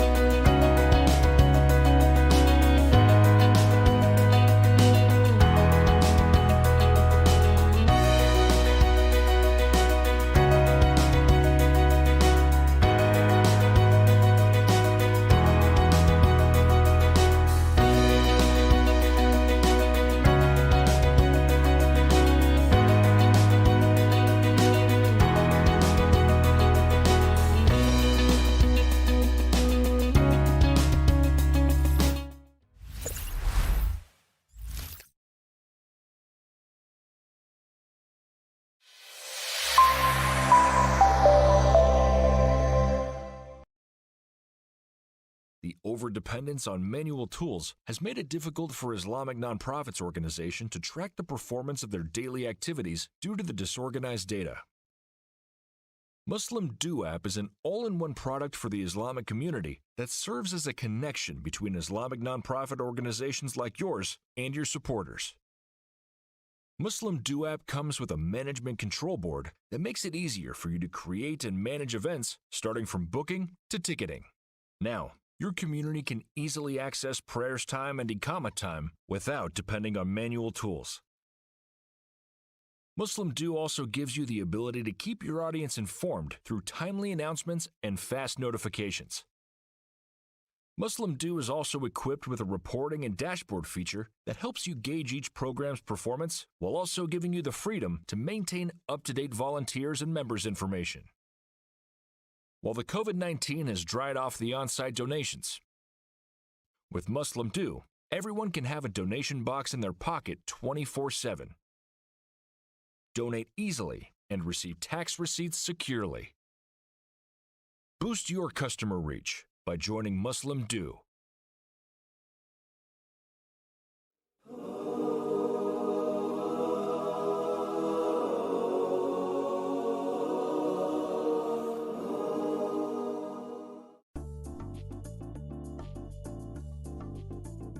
Tria Cafe opened about a year ago. We felt that we need to create a place where it combines more than one culture of food. Mediterranean, Levant, Middle Eastern, international, in a place that is spacious, nice looking, comfortable for people to sit in and enjoy themselves. We serve breakfast, sandwiches, all types of coffee drinks, lunches, salads, desserts. Tria Cafe is open for breakfast, lunch and dinner. Our focus is on serving delicious foods prepared daily from the freshest local ingredients. We've had a long relationship with Liaz in college in the Oakville campus, and when they came up with their Syrian Job Initiative program, we jumped on board with them because as Canadian Arab members of community, we felt that we would like to do our part or partake in anything that we can do to help those newcomers assimilate and integrate in the community and help them as much as we can, like we were helped when we first came in.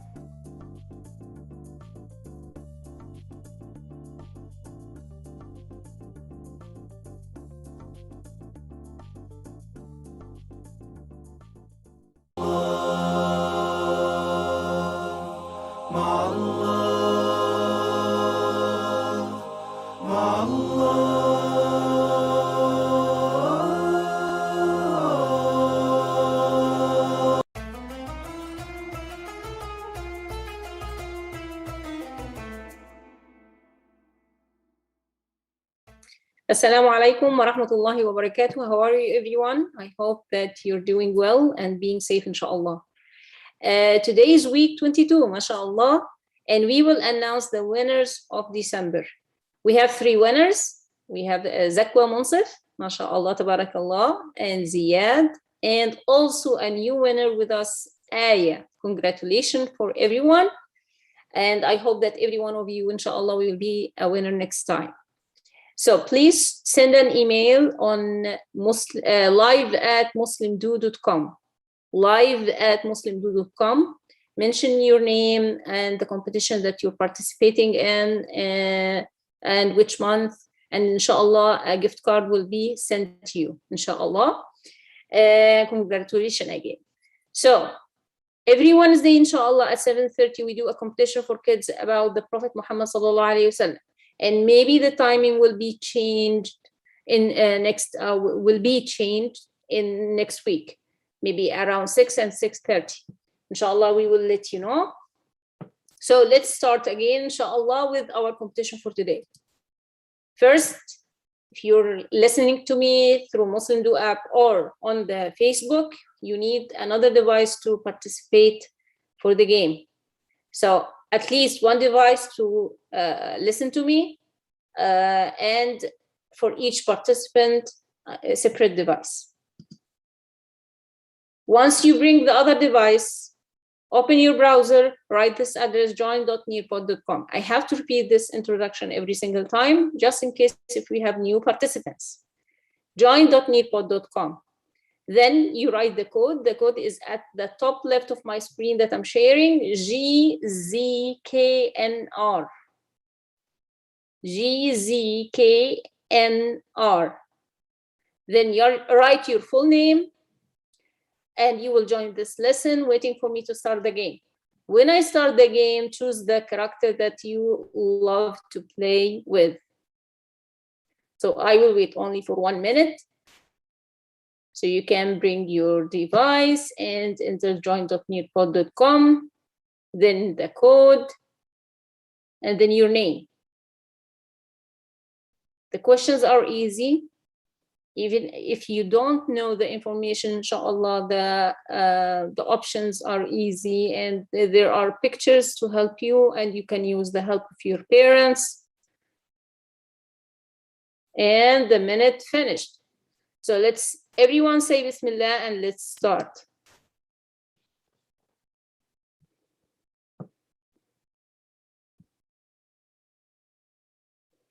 Let's change today and choose this theme. Continue. Now you will choose your character. Bismillah.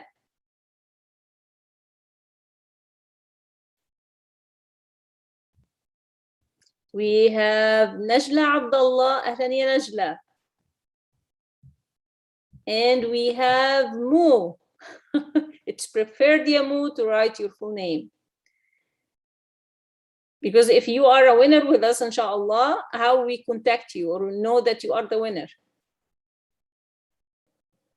Who's next?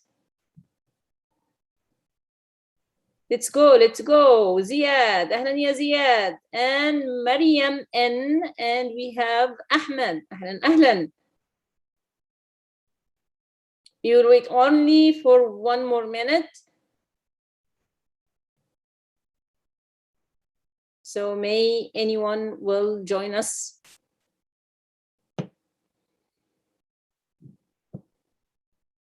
I like the characters, mashallah.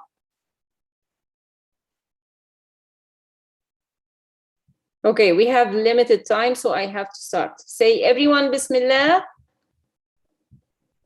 Bismillah. First question. Jibreel alayhi salam started to come to Muhammad sallallahu alayhi wasallam regularly. To what? بدأ جبريل عليه السلام في القدوم إلى محمد صلى الله عليه وسلم بانتظام لكي. Why Jibreel was going down to Prophet Muhammad sallallahu alayhi wasallam? Excellent, good job to teach him about Islam and with the verses, the new verses of the Quran. Mumtaz, amazing, good job. Next question. In the beginning, Muhammad sallallahu alayhi wasallam was preaching to Islam secretly. For how many years? في البداية كان محمد صلى الله عليه وسلم يدعو إلى الإسلام سرا لمدة كم من السنوات. How many years the Prophet was inviting people to Islam secretly? Excellent. 3 years. Good job. ما شاء الله تبارك الله. أحسنتم. He was inviting only the closest friends and trusted relatives that will believe him for sure. كان يدعو فقط الأصدقاء المقربين والأقارب والموثوق بهم بأنهم سيصدقونهم. ممتاز. True. In the first 3 years. The reason behind preaching in secret was to wait until the Muslims what? So they can face the resistance of Quraysh. وكان سبب الدعوة في الخفاء انتظار المسلمين حتى يكونوا ماذا؟ يواجهوا مقاومة وعداء قريش. Excellent, good job until they be more Muslims and stronger. If the message starts in public right away, it will. إذا بدأت الرسالة في العلن على الفور فإنها سوف ماذا؟ It will succeed or fail? Good job, it will fail. Because we will be weak. Okay, the first man to believe in him was his closest friend. His name was كان أول من آمن به من الرجال هو أقرب أصدقائه. We said that last time. It's a revision. His name is the first man to believe in the Prophet Muhammad صلى الله عليه وسلم, his friend Abu Bakr رضي الله عنه. Abu Bakr as-Siddiq. Excellent, good job. Abu Bakr was well-known merchant, تاجر يعني noble, free man, familiar and beloved man in قريش. كان أبو بكر تاجرا مشهورا ونبيلا وحرا ومألوفا ومحبوبا في قريش. Excellent, true. He didn't wait until he learned more about Islam. Once he declared shahada, he what? لم ينتظر حتى يتعلم المزيد عن الإسلام. بمجرد إعلانه الشهادة ماذا فعل؟ Excellent. He started to preach to Islam. He didn't wait until he learned more. Once he declared Shahada, he went to invite people to Islam. One day Jibril came and struck the ground producing water. Then he taught Muhammad صلى الله عليه وسلم how to. ذات يوم جاء جبريل وضرب الأرض فخرجت المياه ثم علم محمد صلى الله عليه وسلم كيفية ماذا؟ كيفية الوضوء. So the Prophet Jibril عليه السلام came to the Prophet and taught him how to make wudu. Then Jibril عليه السلام led Muhammad صلى الله عليه وسلم in the prayer to teach him how to pray. ثم أما جبريل عليه السلام محمد صلى الله عليه وسلم في الصلاة ليعلمه كيف يصلي. True or false? Excellent. So he taught him how to make wudu and how to pray. After that, good job. In the beginning, the Prophet ﷺ used to pray only how many rak'ah? Before sunrise and after sunset. في البداية كان النبي صلى الله عليه وسلم يصلي فقط كم ركعة؟ قبل شروق الشمس وبعد غروب الشمس. Only 2 rak'ahs. Before the journey of Isra and Mi'raj. Okay, then Muhammad صلى الله عليه وسلم came back and taught his wife what, which wife? How to perform wudu and salah. ثم عاد محمد صلى الله عليه وسلم وعلم زوجته من كيفية الوضوء والصلاة. Of course, his wife Khadija رضي الله عنها. Next question. The Prophet used to gather with the new Muslims in Khadija's house. To what? كان النبي صلى الله عليه وسلم يجتمع مع المسلمين الجدد في بيت خديجة لكي يعلمهم, to teach them about Islam and the new verses of the Quran. Excellent, good job. When their numbers increased, the Prophet ﷺ chose the house of whom together in with the Muslims secretly. ولما كثر عددهم اختار النبي صلى الله عليه وسلم عليه بيت من للاجتماع مع المسلمين سرا. If not Khadija's, so Al-Arqam ibn Abi Al-Arqam. Thank you Allah for sending us Muhammad صلى الله عليه وسلم to get us out of darkness and guide us to the light of Islam. لك الحمد يا الله لأنك أرسلت محمد صلى الله عليه وسلم لكي يخرجنا من الظلمات ويهدينا إلى نور الإسلام. Strongly agree or strongly disagree? Good job. أحسنتم ما شاء الله تبارك الله. We have Najla Abdullah and Mu, Maryam, Ahmed, Ziyad. Remember, it's not about winning in each single time. We are gathering all the points, collecting all the points, and the most 3 will be a winner with us. So keep joining. If you keep joining, even if you didn't win, collecting the points, you will have a high chance to be a winner and win with us a gift card, inshallah. I love you so much, and I'm gonna miss you. Meet you, inshallah, or see you, inshallah, next Wednesday around 6 to 6:30. جزاكم الله خيرا. السلام عليكم ورحمة الله وبركاته. مع السلامة.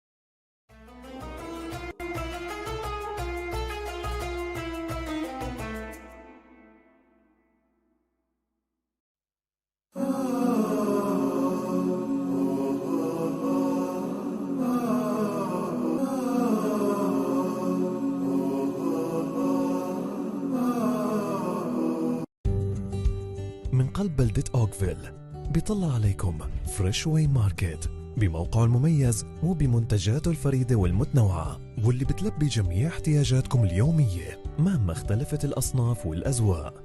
فريش واي ماركت ومن خلال أقسامه المتنوعة بيوفر لك تجربة تسوق فريدة وخدمة عملاء مميزة. خضار وفواكه طازجة وبمختلف أنواعها، أجبان وألبان منوعة،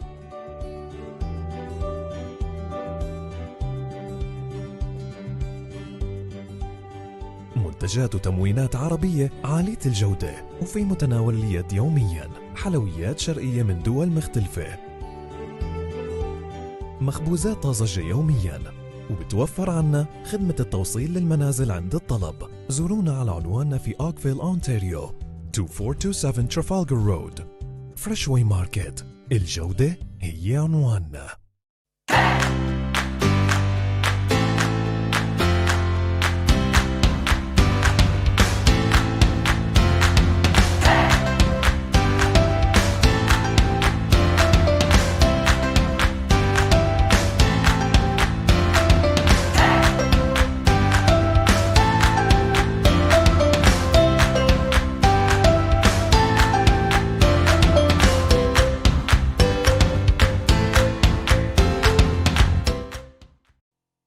هذا المقطع إهداء لإخواننا المسلمين في كندا.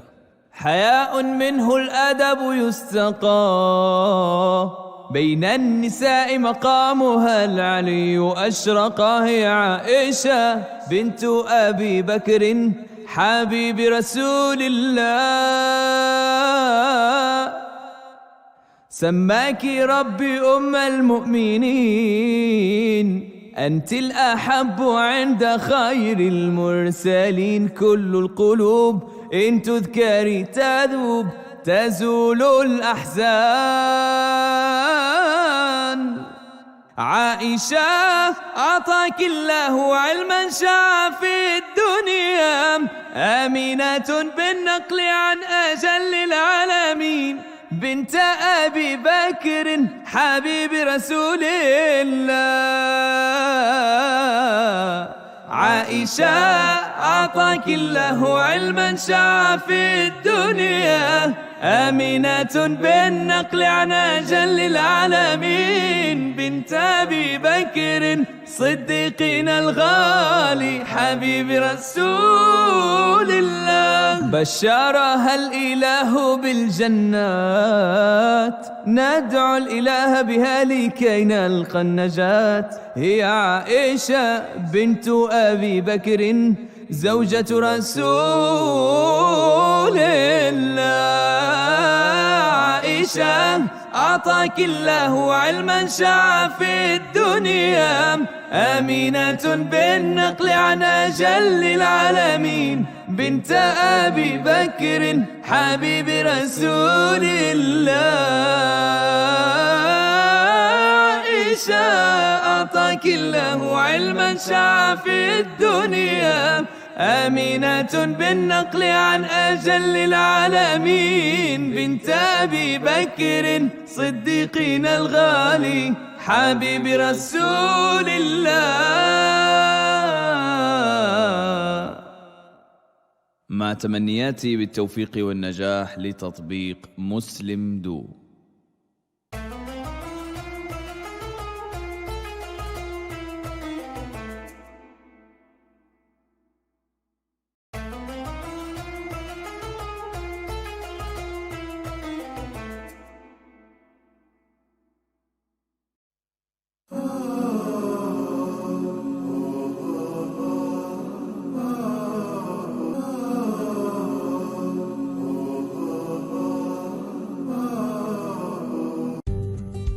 من قلب بلدة أوكفيل بيطلع عليكم فريش واي ماركت بموقعه المميز وبمنتجاته الفريدة والمتنوعة واللي بتلبي جميع احتياجاتكم اليومية مهما اختلفت الأصناف والأذواق. فريش واي ماركت ومن خلال أقسامه المتنوعة بيوفر لك تجربة تسوق فريدة وخدمة عملاء مميزة. خضار وفواكه طازجة وبمختلف أنواعها، أجبان وألبان منوعة،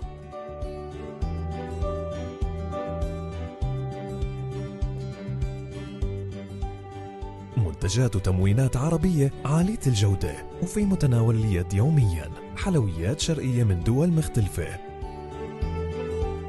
مخبوزات طازجة يومياً، وبتوفر عنا خدمة التوصيل للمنازل عند الطلب. زورونا على عنواننا في أوكفيل، أونتاريو 2427 ترافالغر رود. فريشوي ماركت، الجودة هي عنواننا.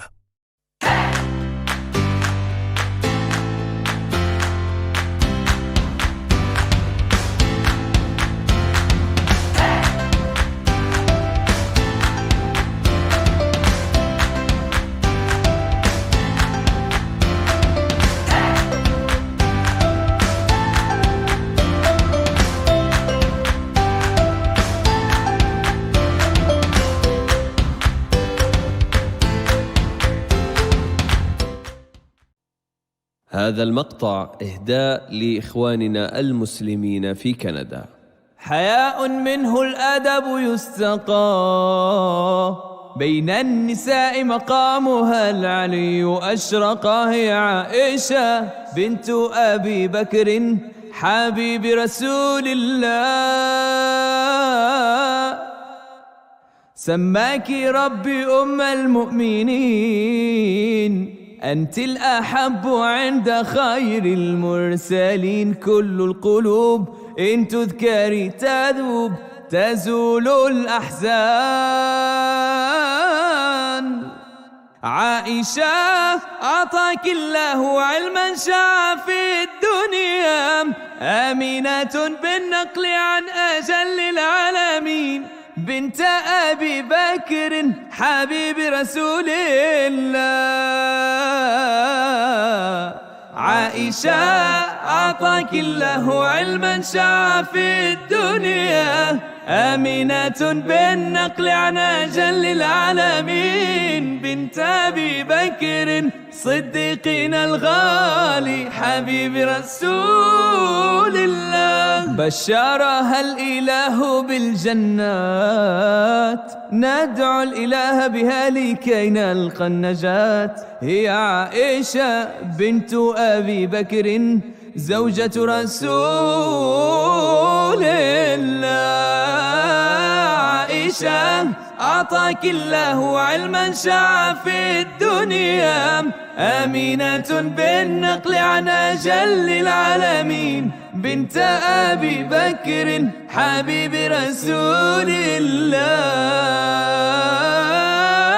عائشة أعطاك الله علما شاع في الدنيا، آمنة بالنقل عن أجل العالمين، بنت أبي بكر صديقنا الغالي حبيب رسول الله. مع تمنياتي بالتوفيق والنجاح لتطبيق مسلم دو.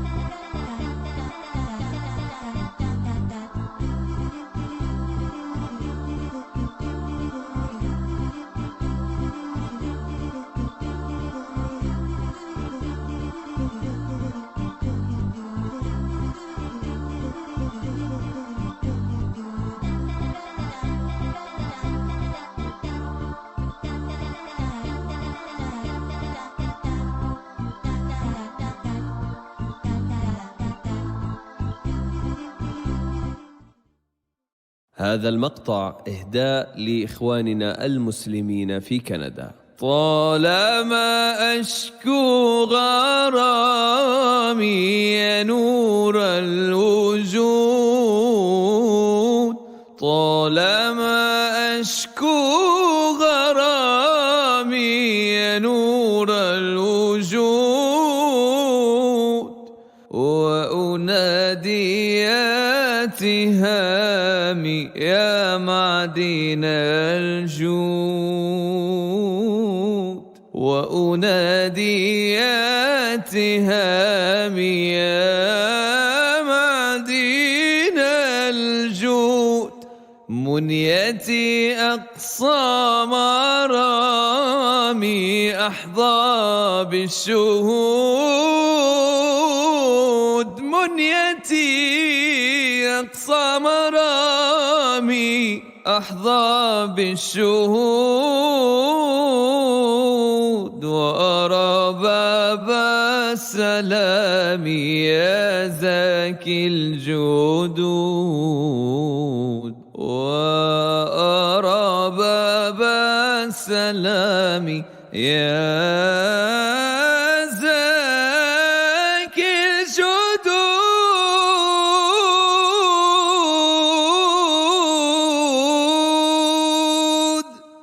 مع تمنياتي بالتوفيق والنجاح لتطبيق مسلم دو.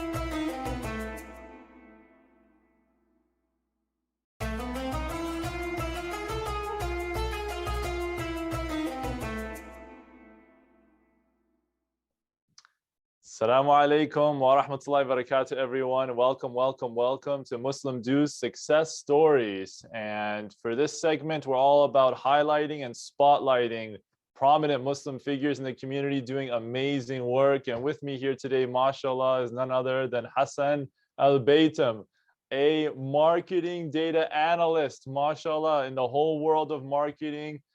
Marketing is his middle name, but mashallah, brother Hassan, awesome to have you aboard. How's everything doing on your end? Alhamdulillah, thank you for having me. Everything's good. Mashallah, wonderful to hear that. So as a starting point, it'd be amazing for our audience to know your story. So in a nutshell, can you walk us through how did you get involved within marketing? Was it something you always dreamed of? And then we'll try to unpack that conversation a bit. So how did you stumble into the world of marketing? So the story that I tell that everyone just likes is I stumbled on marketing by mistake, and it was mainly because of the MSA. So was in Humber College MSA.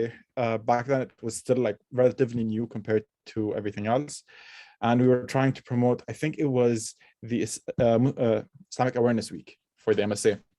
So we were going out to people, handing out flyers and all that, and people weren't receptive. It was like, okay, yeah, sure, we'll come, and then they'd throw the flyer away or just not respond to us at all. So I remember going to the organizers, telling them, why don't we get them to come to us? At that point, everyone looked, and what do you mean? So we ended up writing a poster saying, ask me why I'm here. And I just carried it around campus, and people flooded in, asking, okay, why are you here? And then they were more engaged and more receptive to listen to what we had to offer, and they ended up coming to the event. A year later, I discovered that technique is called inbound marketing, and basically that's what piqued my interest in marketing. And then later on, I became the president, and most of the work was marketing. So that's how the transition happened. MashaAllah. So there you go. Your humble beginnings from Humber MSA, and it all led to where you are right now. SubhanAllah. So now, just to kind of dive a bit deeper into what marketing is, I'm sure if you ask 10 different marketers, you're going to get 10 different answers or 10 different definitions as to what is marketing. So could you outline for me, in your opinion, what is marketing all about? Okay, so it's a different perspective. If you read it off a textbook, it's basically you're saying marketing is telling people what they need.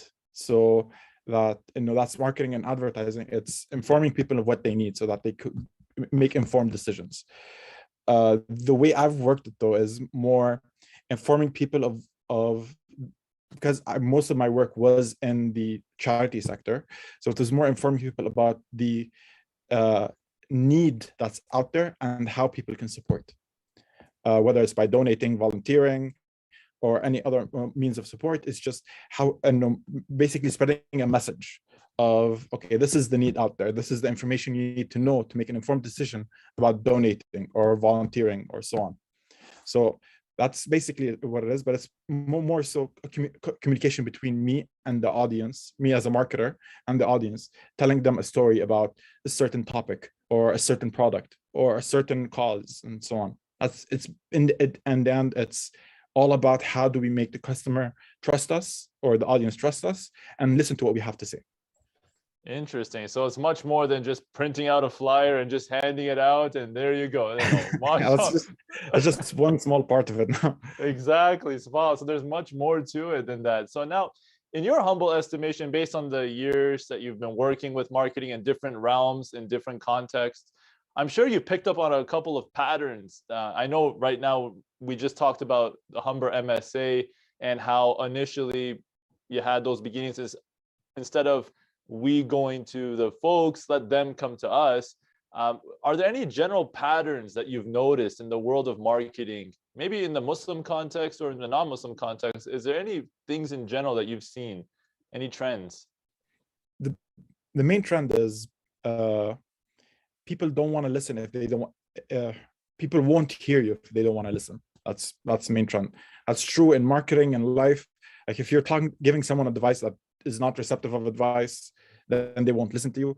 The same thing is with marketing. If they don't want to hear what you have to say, then no matter what you do, they won't listen. And then there's another thing is that there's a lot of messaging or messages out there, ads out there, a lot of information being thrown. To be able to, you have to be different to be able to cut through all this noise. So that's basically in thinking how to be unique, how to be more interesting. It doesn't have to be super unique. It's not like everyone's wearing red and you're wearing blue and just differ completely. It's more so how do we deliver the same message in a different packaging that makes it look unique. That's the main trend across all, especially in like when it comes to like the biggest challenge I used to face was during Ramadan and getting people to donate during Ramadan. And if you've opened any social media app during Ramadan, you'll end up with 10 million ads saying donate now, donate now, donate now. So how do we get this charity to stand out from all this noise so that people actually are interested in it and actually donate? This is always has been like the biggest challenge. And it's just understanding what the people want. Like most of the time it's very stark messaging. So being unique means we give the same message, but without being too depressing. Just okay, there is a need, but it's not like you're I don't need you to sit and cry in 5 minutes before you donate. It's just here's the need, donate. That's basically one of the main trends, like how to be unique and how to be able to cut through the noise. Marshall, I'm sure that's a problem across industries, across the board. Everyone's always trying to compete for people's attention. But let's unpack that part a little bit more, because I think you hit on something very special. The first part of your answer with the whole people can't hear you if they don't want to listen, or people don't want to listen if they don't want to hear you. I mean, can you elaborate a bit more on that? You know how many times where people just keep pounding and pounding and pounding those messages? They keep sending things. What's going on there? What have you noticed about that? All right. So the main thing is that from companies specifically, when they start messaging you like crazy, just know that there may be like they're trying to achieve aggressive targets. I know this internally. So I know there's aggressive targets means that there's big budgets being spent to get your attention. Thing is, for me, what at least what I've been trying to do is, yes, we do have aggressive targets, we do have a big budget, but we have to think about it more wisely. This person isn't interested. So how do we get this person to be interested? So we have some information about what their interests are, what they like to do online, or what they search for online. So we use that to kind of spark their interest and get them to be open to listen to what we have to say.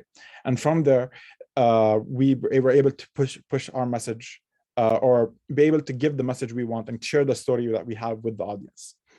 The main thing to focus is that everything we do has to be centered around the audience or the customer. So we don't do an ad that we think is beautiful. We do an ad that we need to test out to know that the audience think, okay, this is actually a nice looking ad, and this is where we're able to capture their interest and start sharing our story with them. Right. That's at least a way to work around people not wanting to listen. Understood. So now here's another question. I'm sure there's like two approaches to this, and I'd love to hear your thoughts on that, because let's use the example of Ramadan and donations. You know, you have like 10 million trillion advertisements, donate here, all, and they use the same, or they quote the same ayahs, the same hadith, and everything, mashallah, is great. Is it, in your opinion, when it comes to marketing, is it wiser to use your time, energy, and effort to try to convince people to maybe who haven't been on board with whatever message that you have, or is it more wise to target the folks who already are connected and you just want to,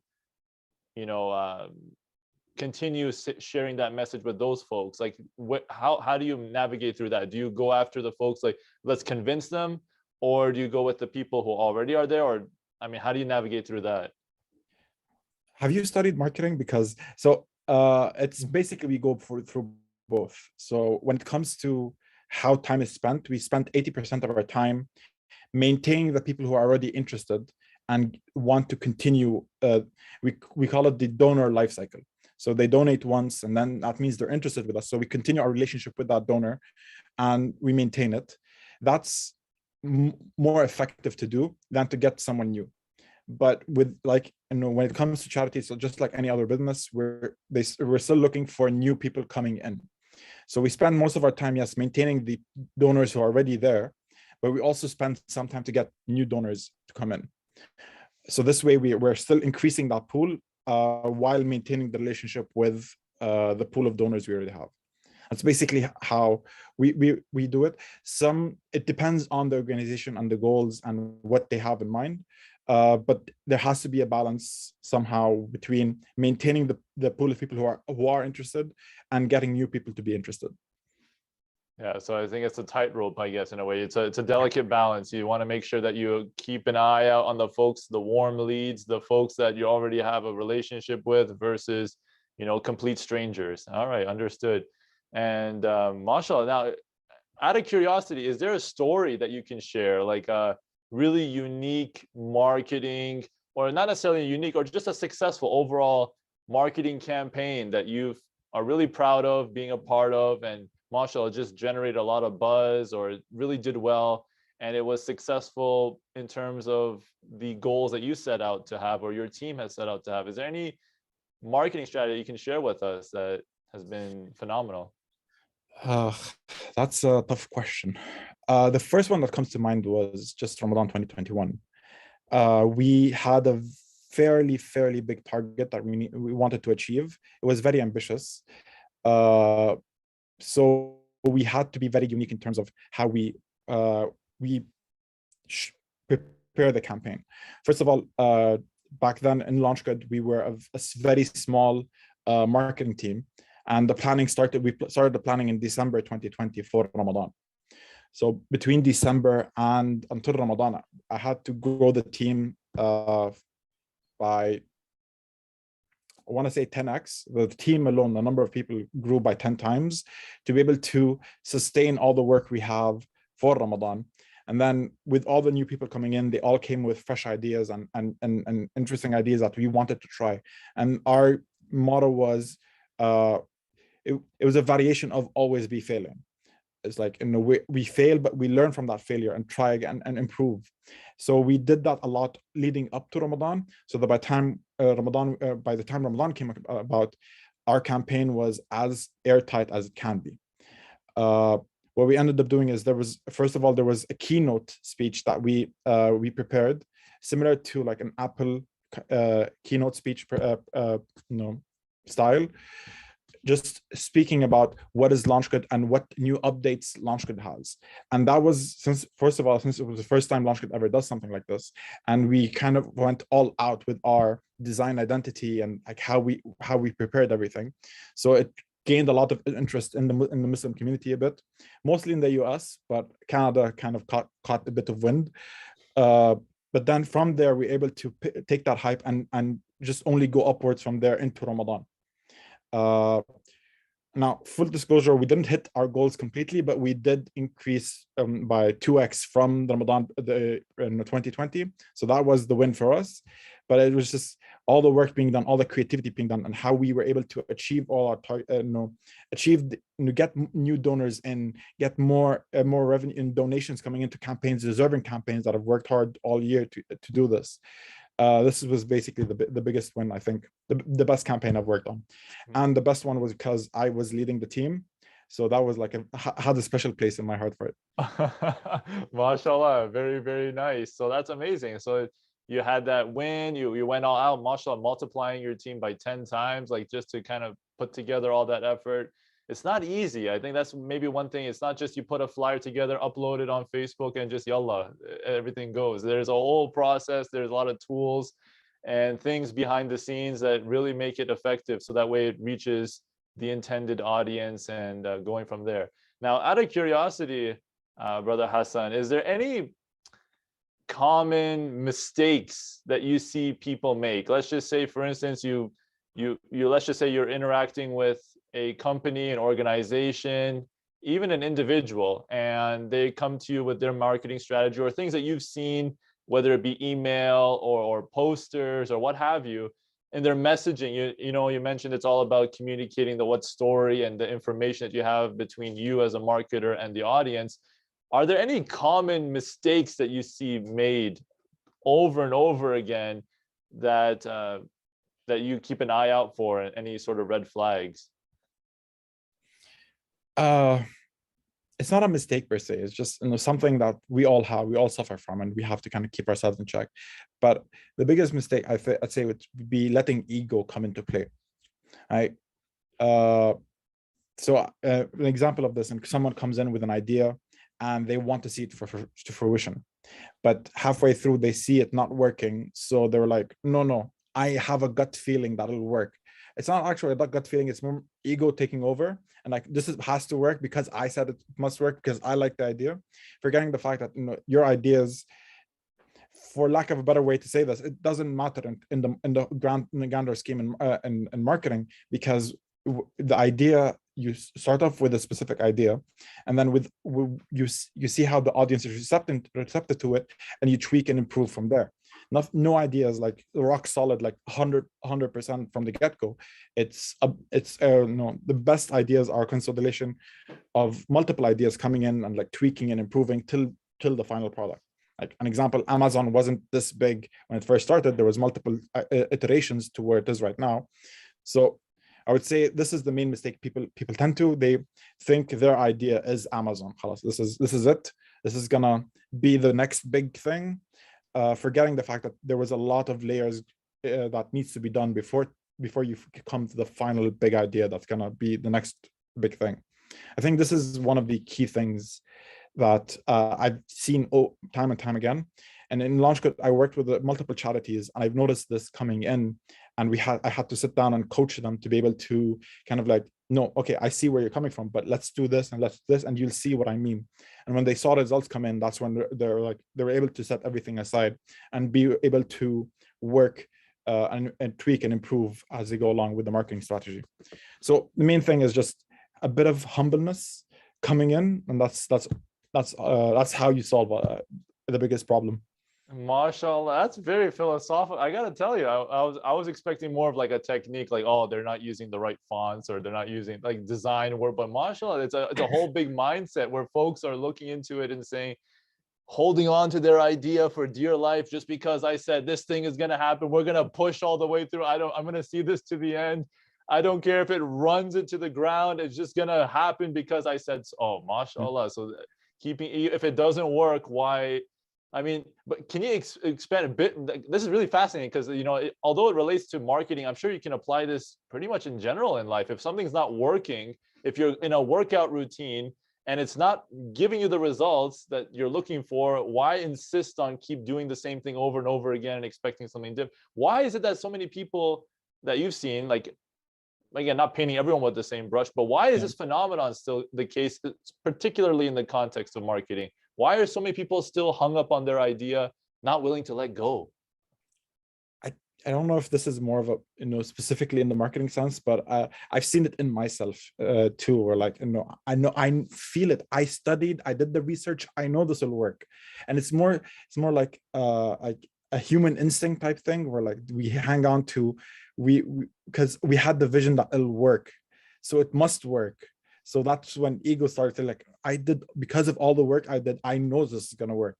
But the thing is, especially when it comes to from a marketing perspective, you mentioned fonts and colors, and trust me, all that is secondary to what the audience would want to receive.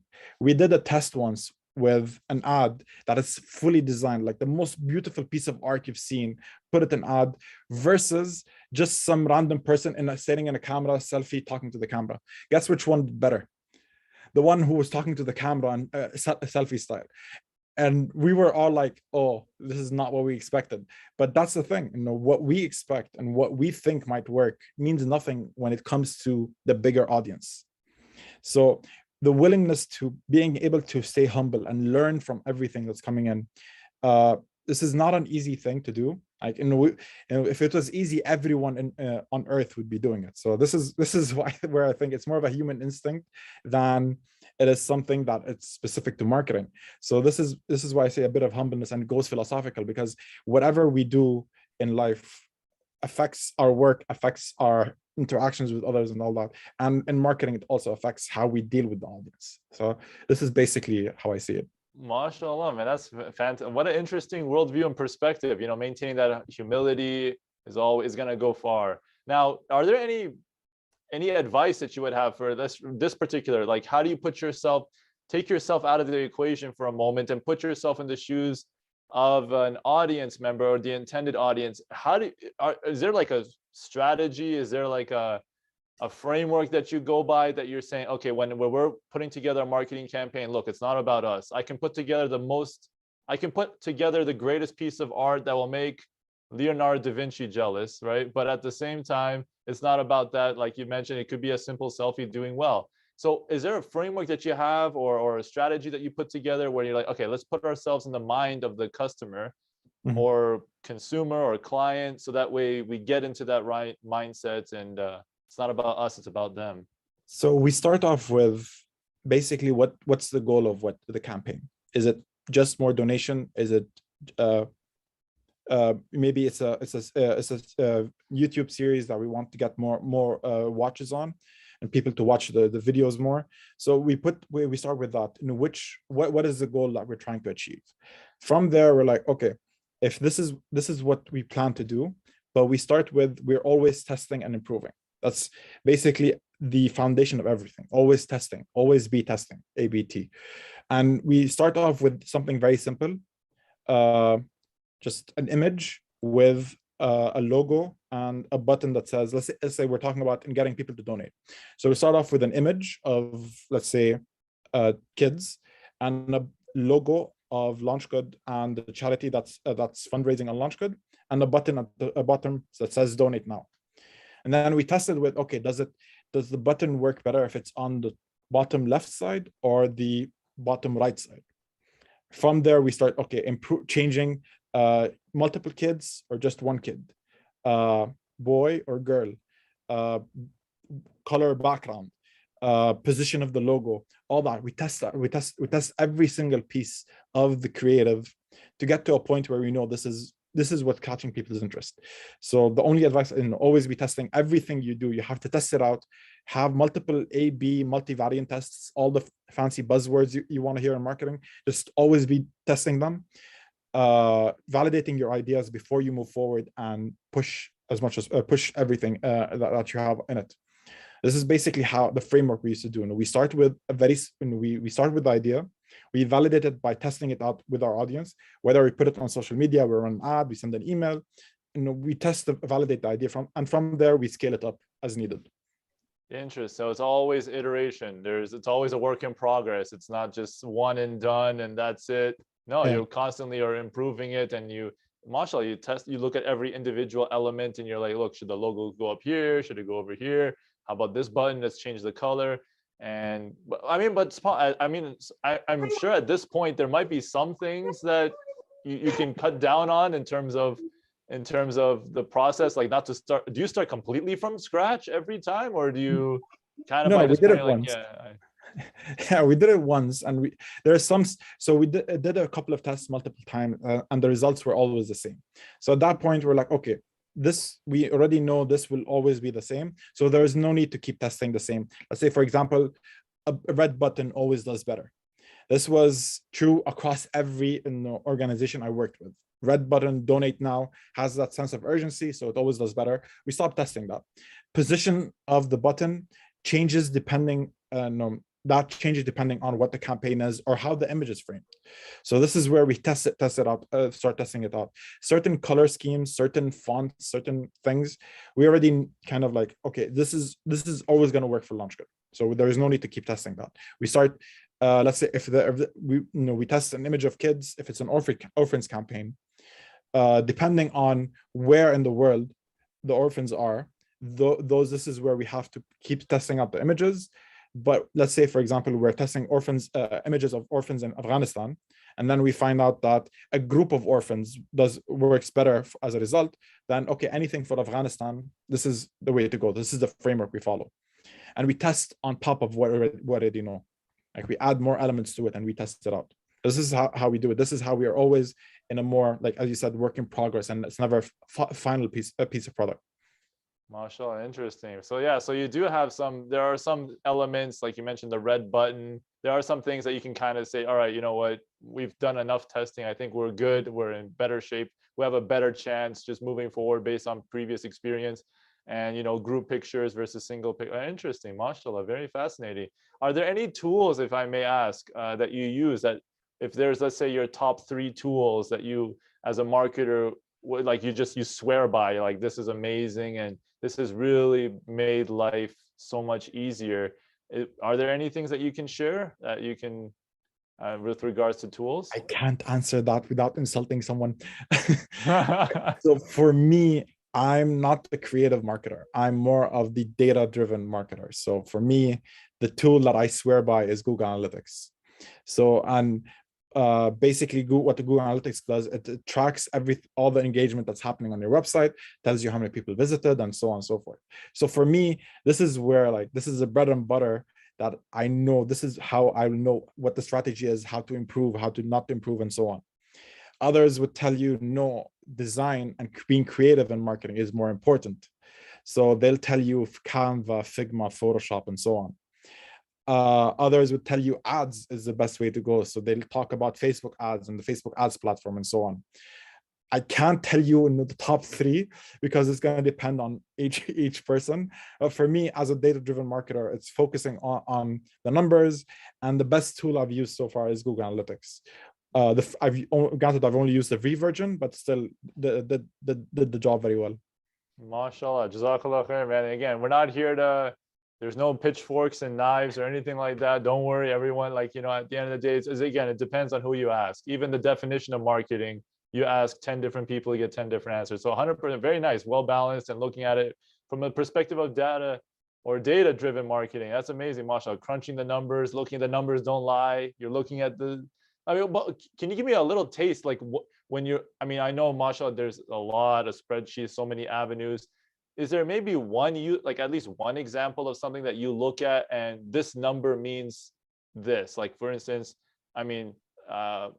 YouTube in a different context, YouTube retention time, right? When someone is uploading a 5-minute video and they look at the analytics and they say, oh, people are watching it for the first 30 seconds and they click off. Okay, that means that there's something wrong. After the 30-second mark, they're not holding on. So that's what this number means. Is there anything like that that you can share when you're looking at Google Analytics, that this number has been really key and pivotal across the board for campaigns that you look for, and this is your go-to? If this number is right, or if this number is in the good direction, we're in good shape. Otherwise, we're a sinking ship. All right, there's no one number. I mentioned in the beginning about inbound marketing. So the whole purpose of running ads or having social media posts or so on is to get people interested enough to click on your website and that they choose to come to your website. So that's the main thing. And once they do, our focus is how do we give the best experience. So the first number for inbound marketing, what we think is the page views and landing page views. So how many people came in and visited the website? How many people stayed on the website? How many people visited last week and then came again? Repeat users versus unique users. So in general, just counting the number of users is one of the key points.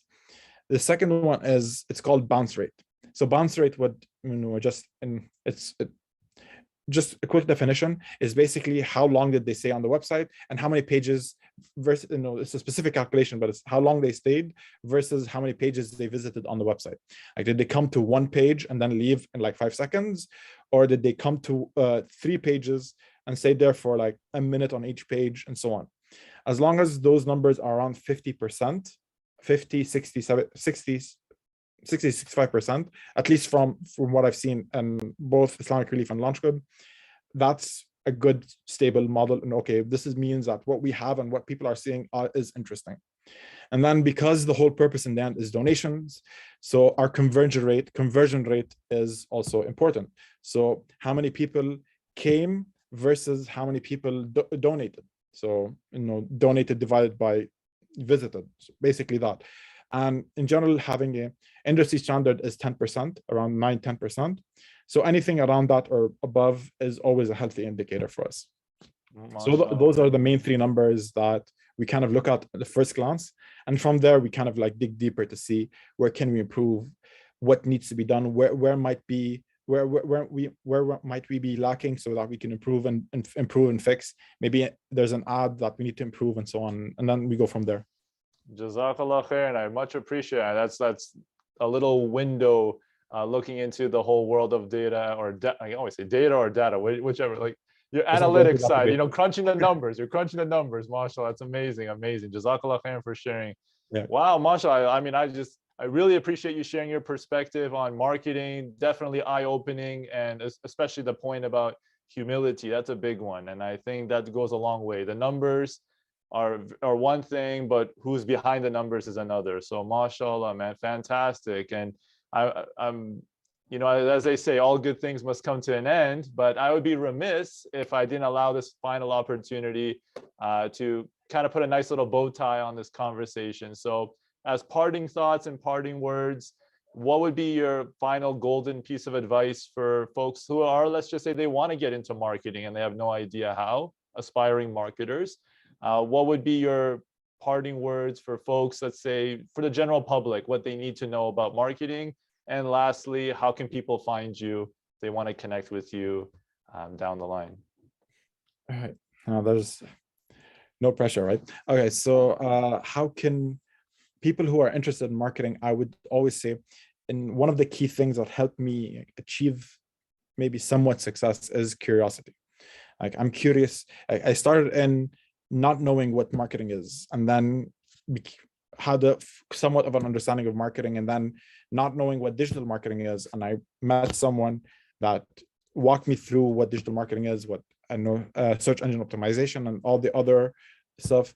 And then from there, I started working with Islamic Relief. And then when I saw the numbers, I was more curious about, okay, how does this thing work? And from that point on, like, curiosity brings more curiosity, So always be curious. I don't know why I always say always be, but curiosity definitely is key. It's not about passion. It's not about, oh, I'm and this is what I'm passionate about. It's about, this is what I'm curious about. And being more curious and like having a proper structure, like, okay, first I'm curious about this topic, but then while I'm studying this, more interesting stuff come up, and being willing to continue learning. Curiosity and always wanting to learn, those are the two things that work very well together and can help achieve whatever you set out to be. This is, I guess, advice I can give. How they can get into it. I mean, the internet is filled with information. There's a lot of, just Google study marketing, and tons of information is out there. First, I think the question would be, are they more creative or more technical? And from there, they can start looking into what they want to think about. And creative means thinking about more like design, marketing design, designing advertisements, designing just websites and so on. There's a whole field of user experience that can come into play, where technical is more like what I do, more looking into numbers, using Google Analytics, using Facebook Analytics, YouTube Analytics, and all those analytics words out there. It's just finding where you see your right fit and then looking into that more. That's basically how I did it. I can't say, I didn't study it in university, I didn't study it in college. It was more self-taught all the way. So basically just in curiosity and learning, then finding what you think it's your strong suit and pushing from there.